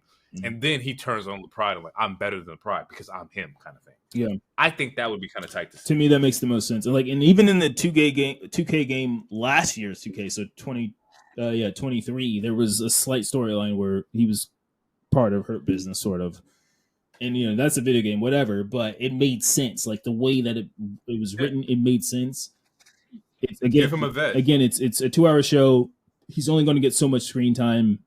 The best way to do it, honestly, put him part of the Pride, or just put him in a tag with somebody. Like, hypothetically, if they would have fucking kept Cameron, they could have put him in a fucking group with him and Cameron. Like, Cameron has a fucking, like, his song was a rap song. I don't know, whatever, man. I just don't want them to. They're gonna give Carmelo. They're not gonna fumble it because it's Carmelo. I don't want them to ricochet him. I say that with the most respect, because Ricochet came out in NXT. He was hot. That dude was the best fucking talent I've ever fucking seen. The clip of him flipping outside of the ring, like from NXT, was like that. Okay. I mean, he's a 3-time champion, and now 4, because apparently he wins the Speed champion. I mean, the Speed title, but like Ricochet, I don't know. I feel like he won those titles, but it was just like placeholder. It didn't feel like they gave Ricochet a true like fucking run. And I guess you don't really need a true fucking run if you're getting it 4 times or whatever. But like, I don't know. Everyone deserves a good reign. I feel like. But also, those were also Vince eras too. You gotta. It's true, but you also got to do what you have to do with your opportunity when you get it. Right. And that's the fucked up part, is that you're trying to make the best out of something. Yeah. I just don't want that to happen to Melo, because Melo is fucking talented. We see that it can kill, like creatively any kind of fucking talent. Yeah. But I think he is good enough on the mic with plus his aura to where, like, he's not. I don't think he's going to be overlooked. It's just being on a 2-hour show and seeing how much camera time you're going to get, which is why I feel like you should go the Rock route, put him with the Nation, like have him do a couple of single matches and then put him on the Nation or something, and then we'll take it from there, and then he'll break out, or maybe you split up the Street Profits. Bianca's on SmackDown, have Montez go to SmackDown, then send the Pride to Raw. Oh no, because Carmelo's on SmackDown. No, that doesn't work. I don't know. I feel like I don't want the Pride to stay on SmackDown either. But Montez is going to be on SmackDown because Bianca's on SmackDown. But Bobby got to go. This is hard. This is hard.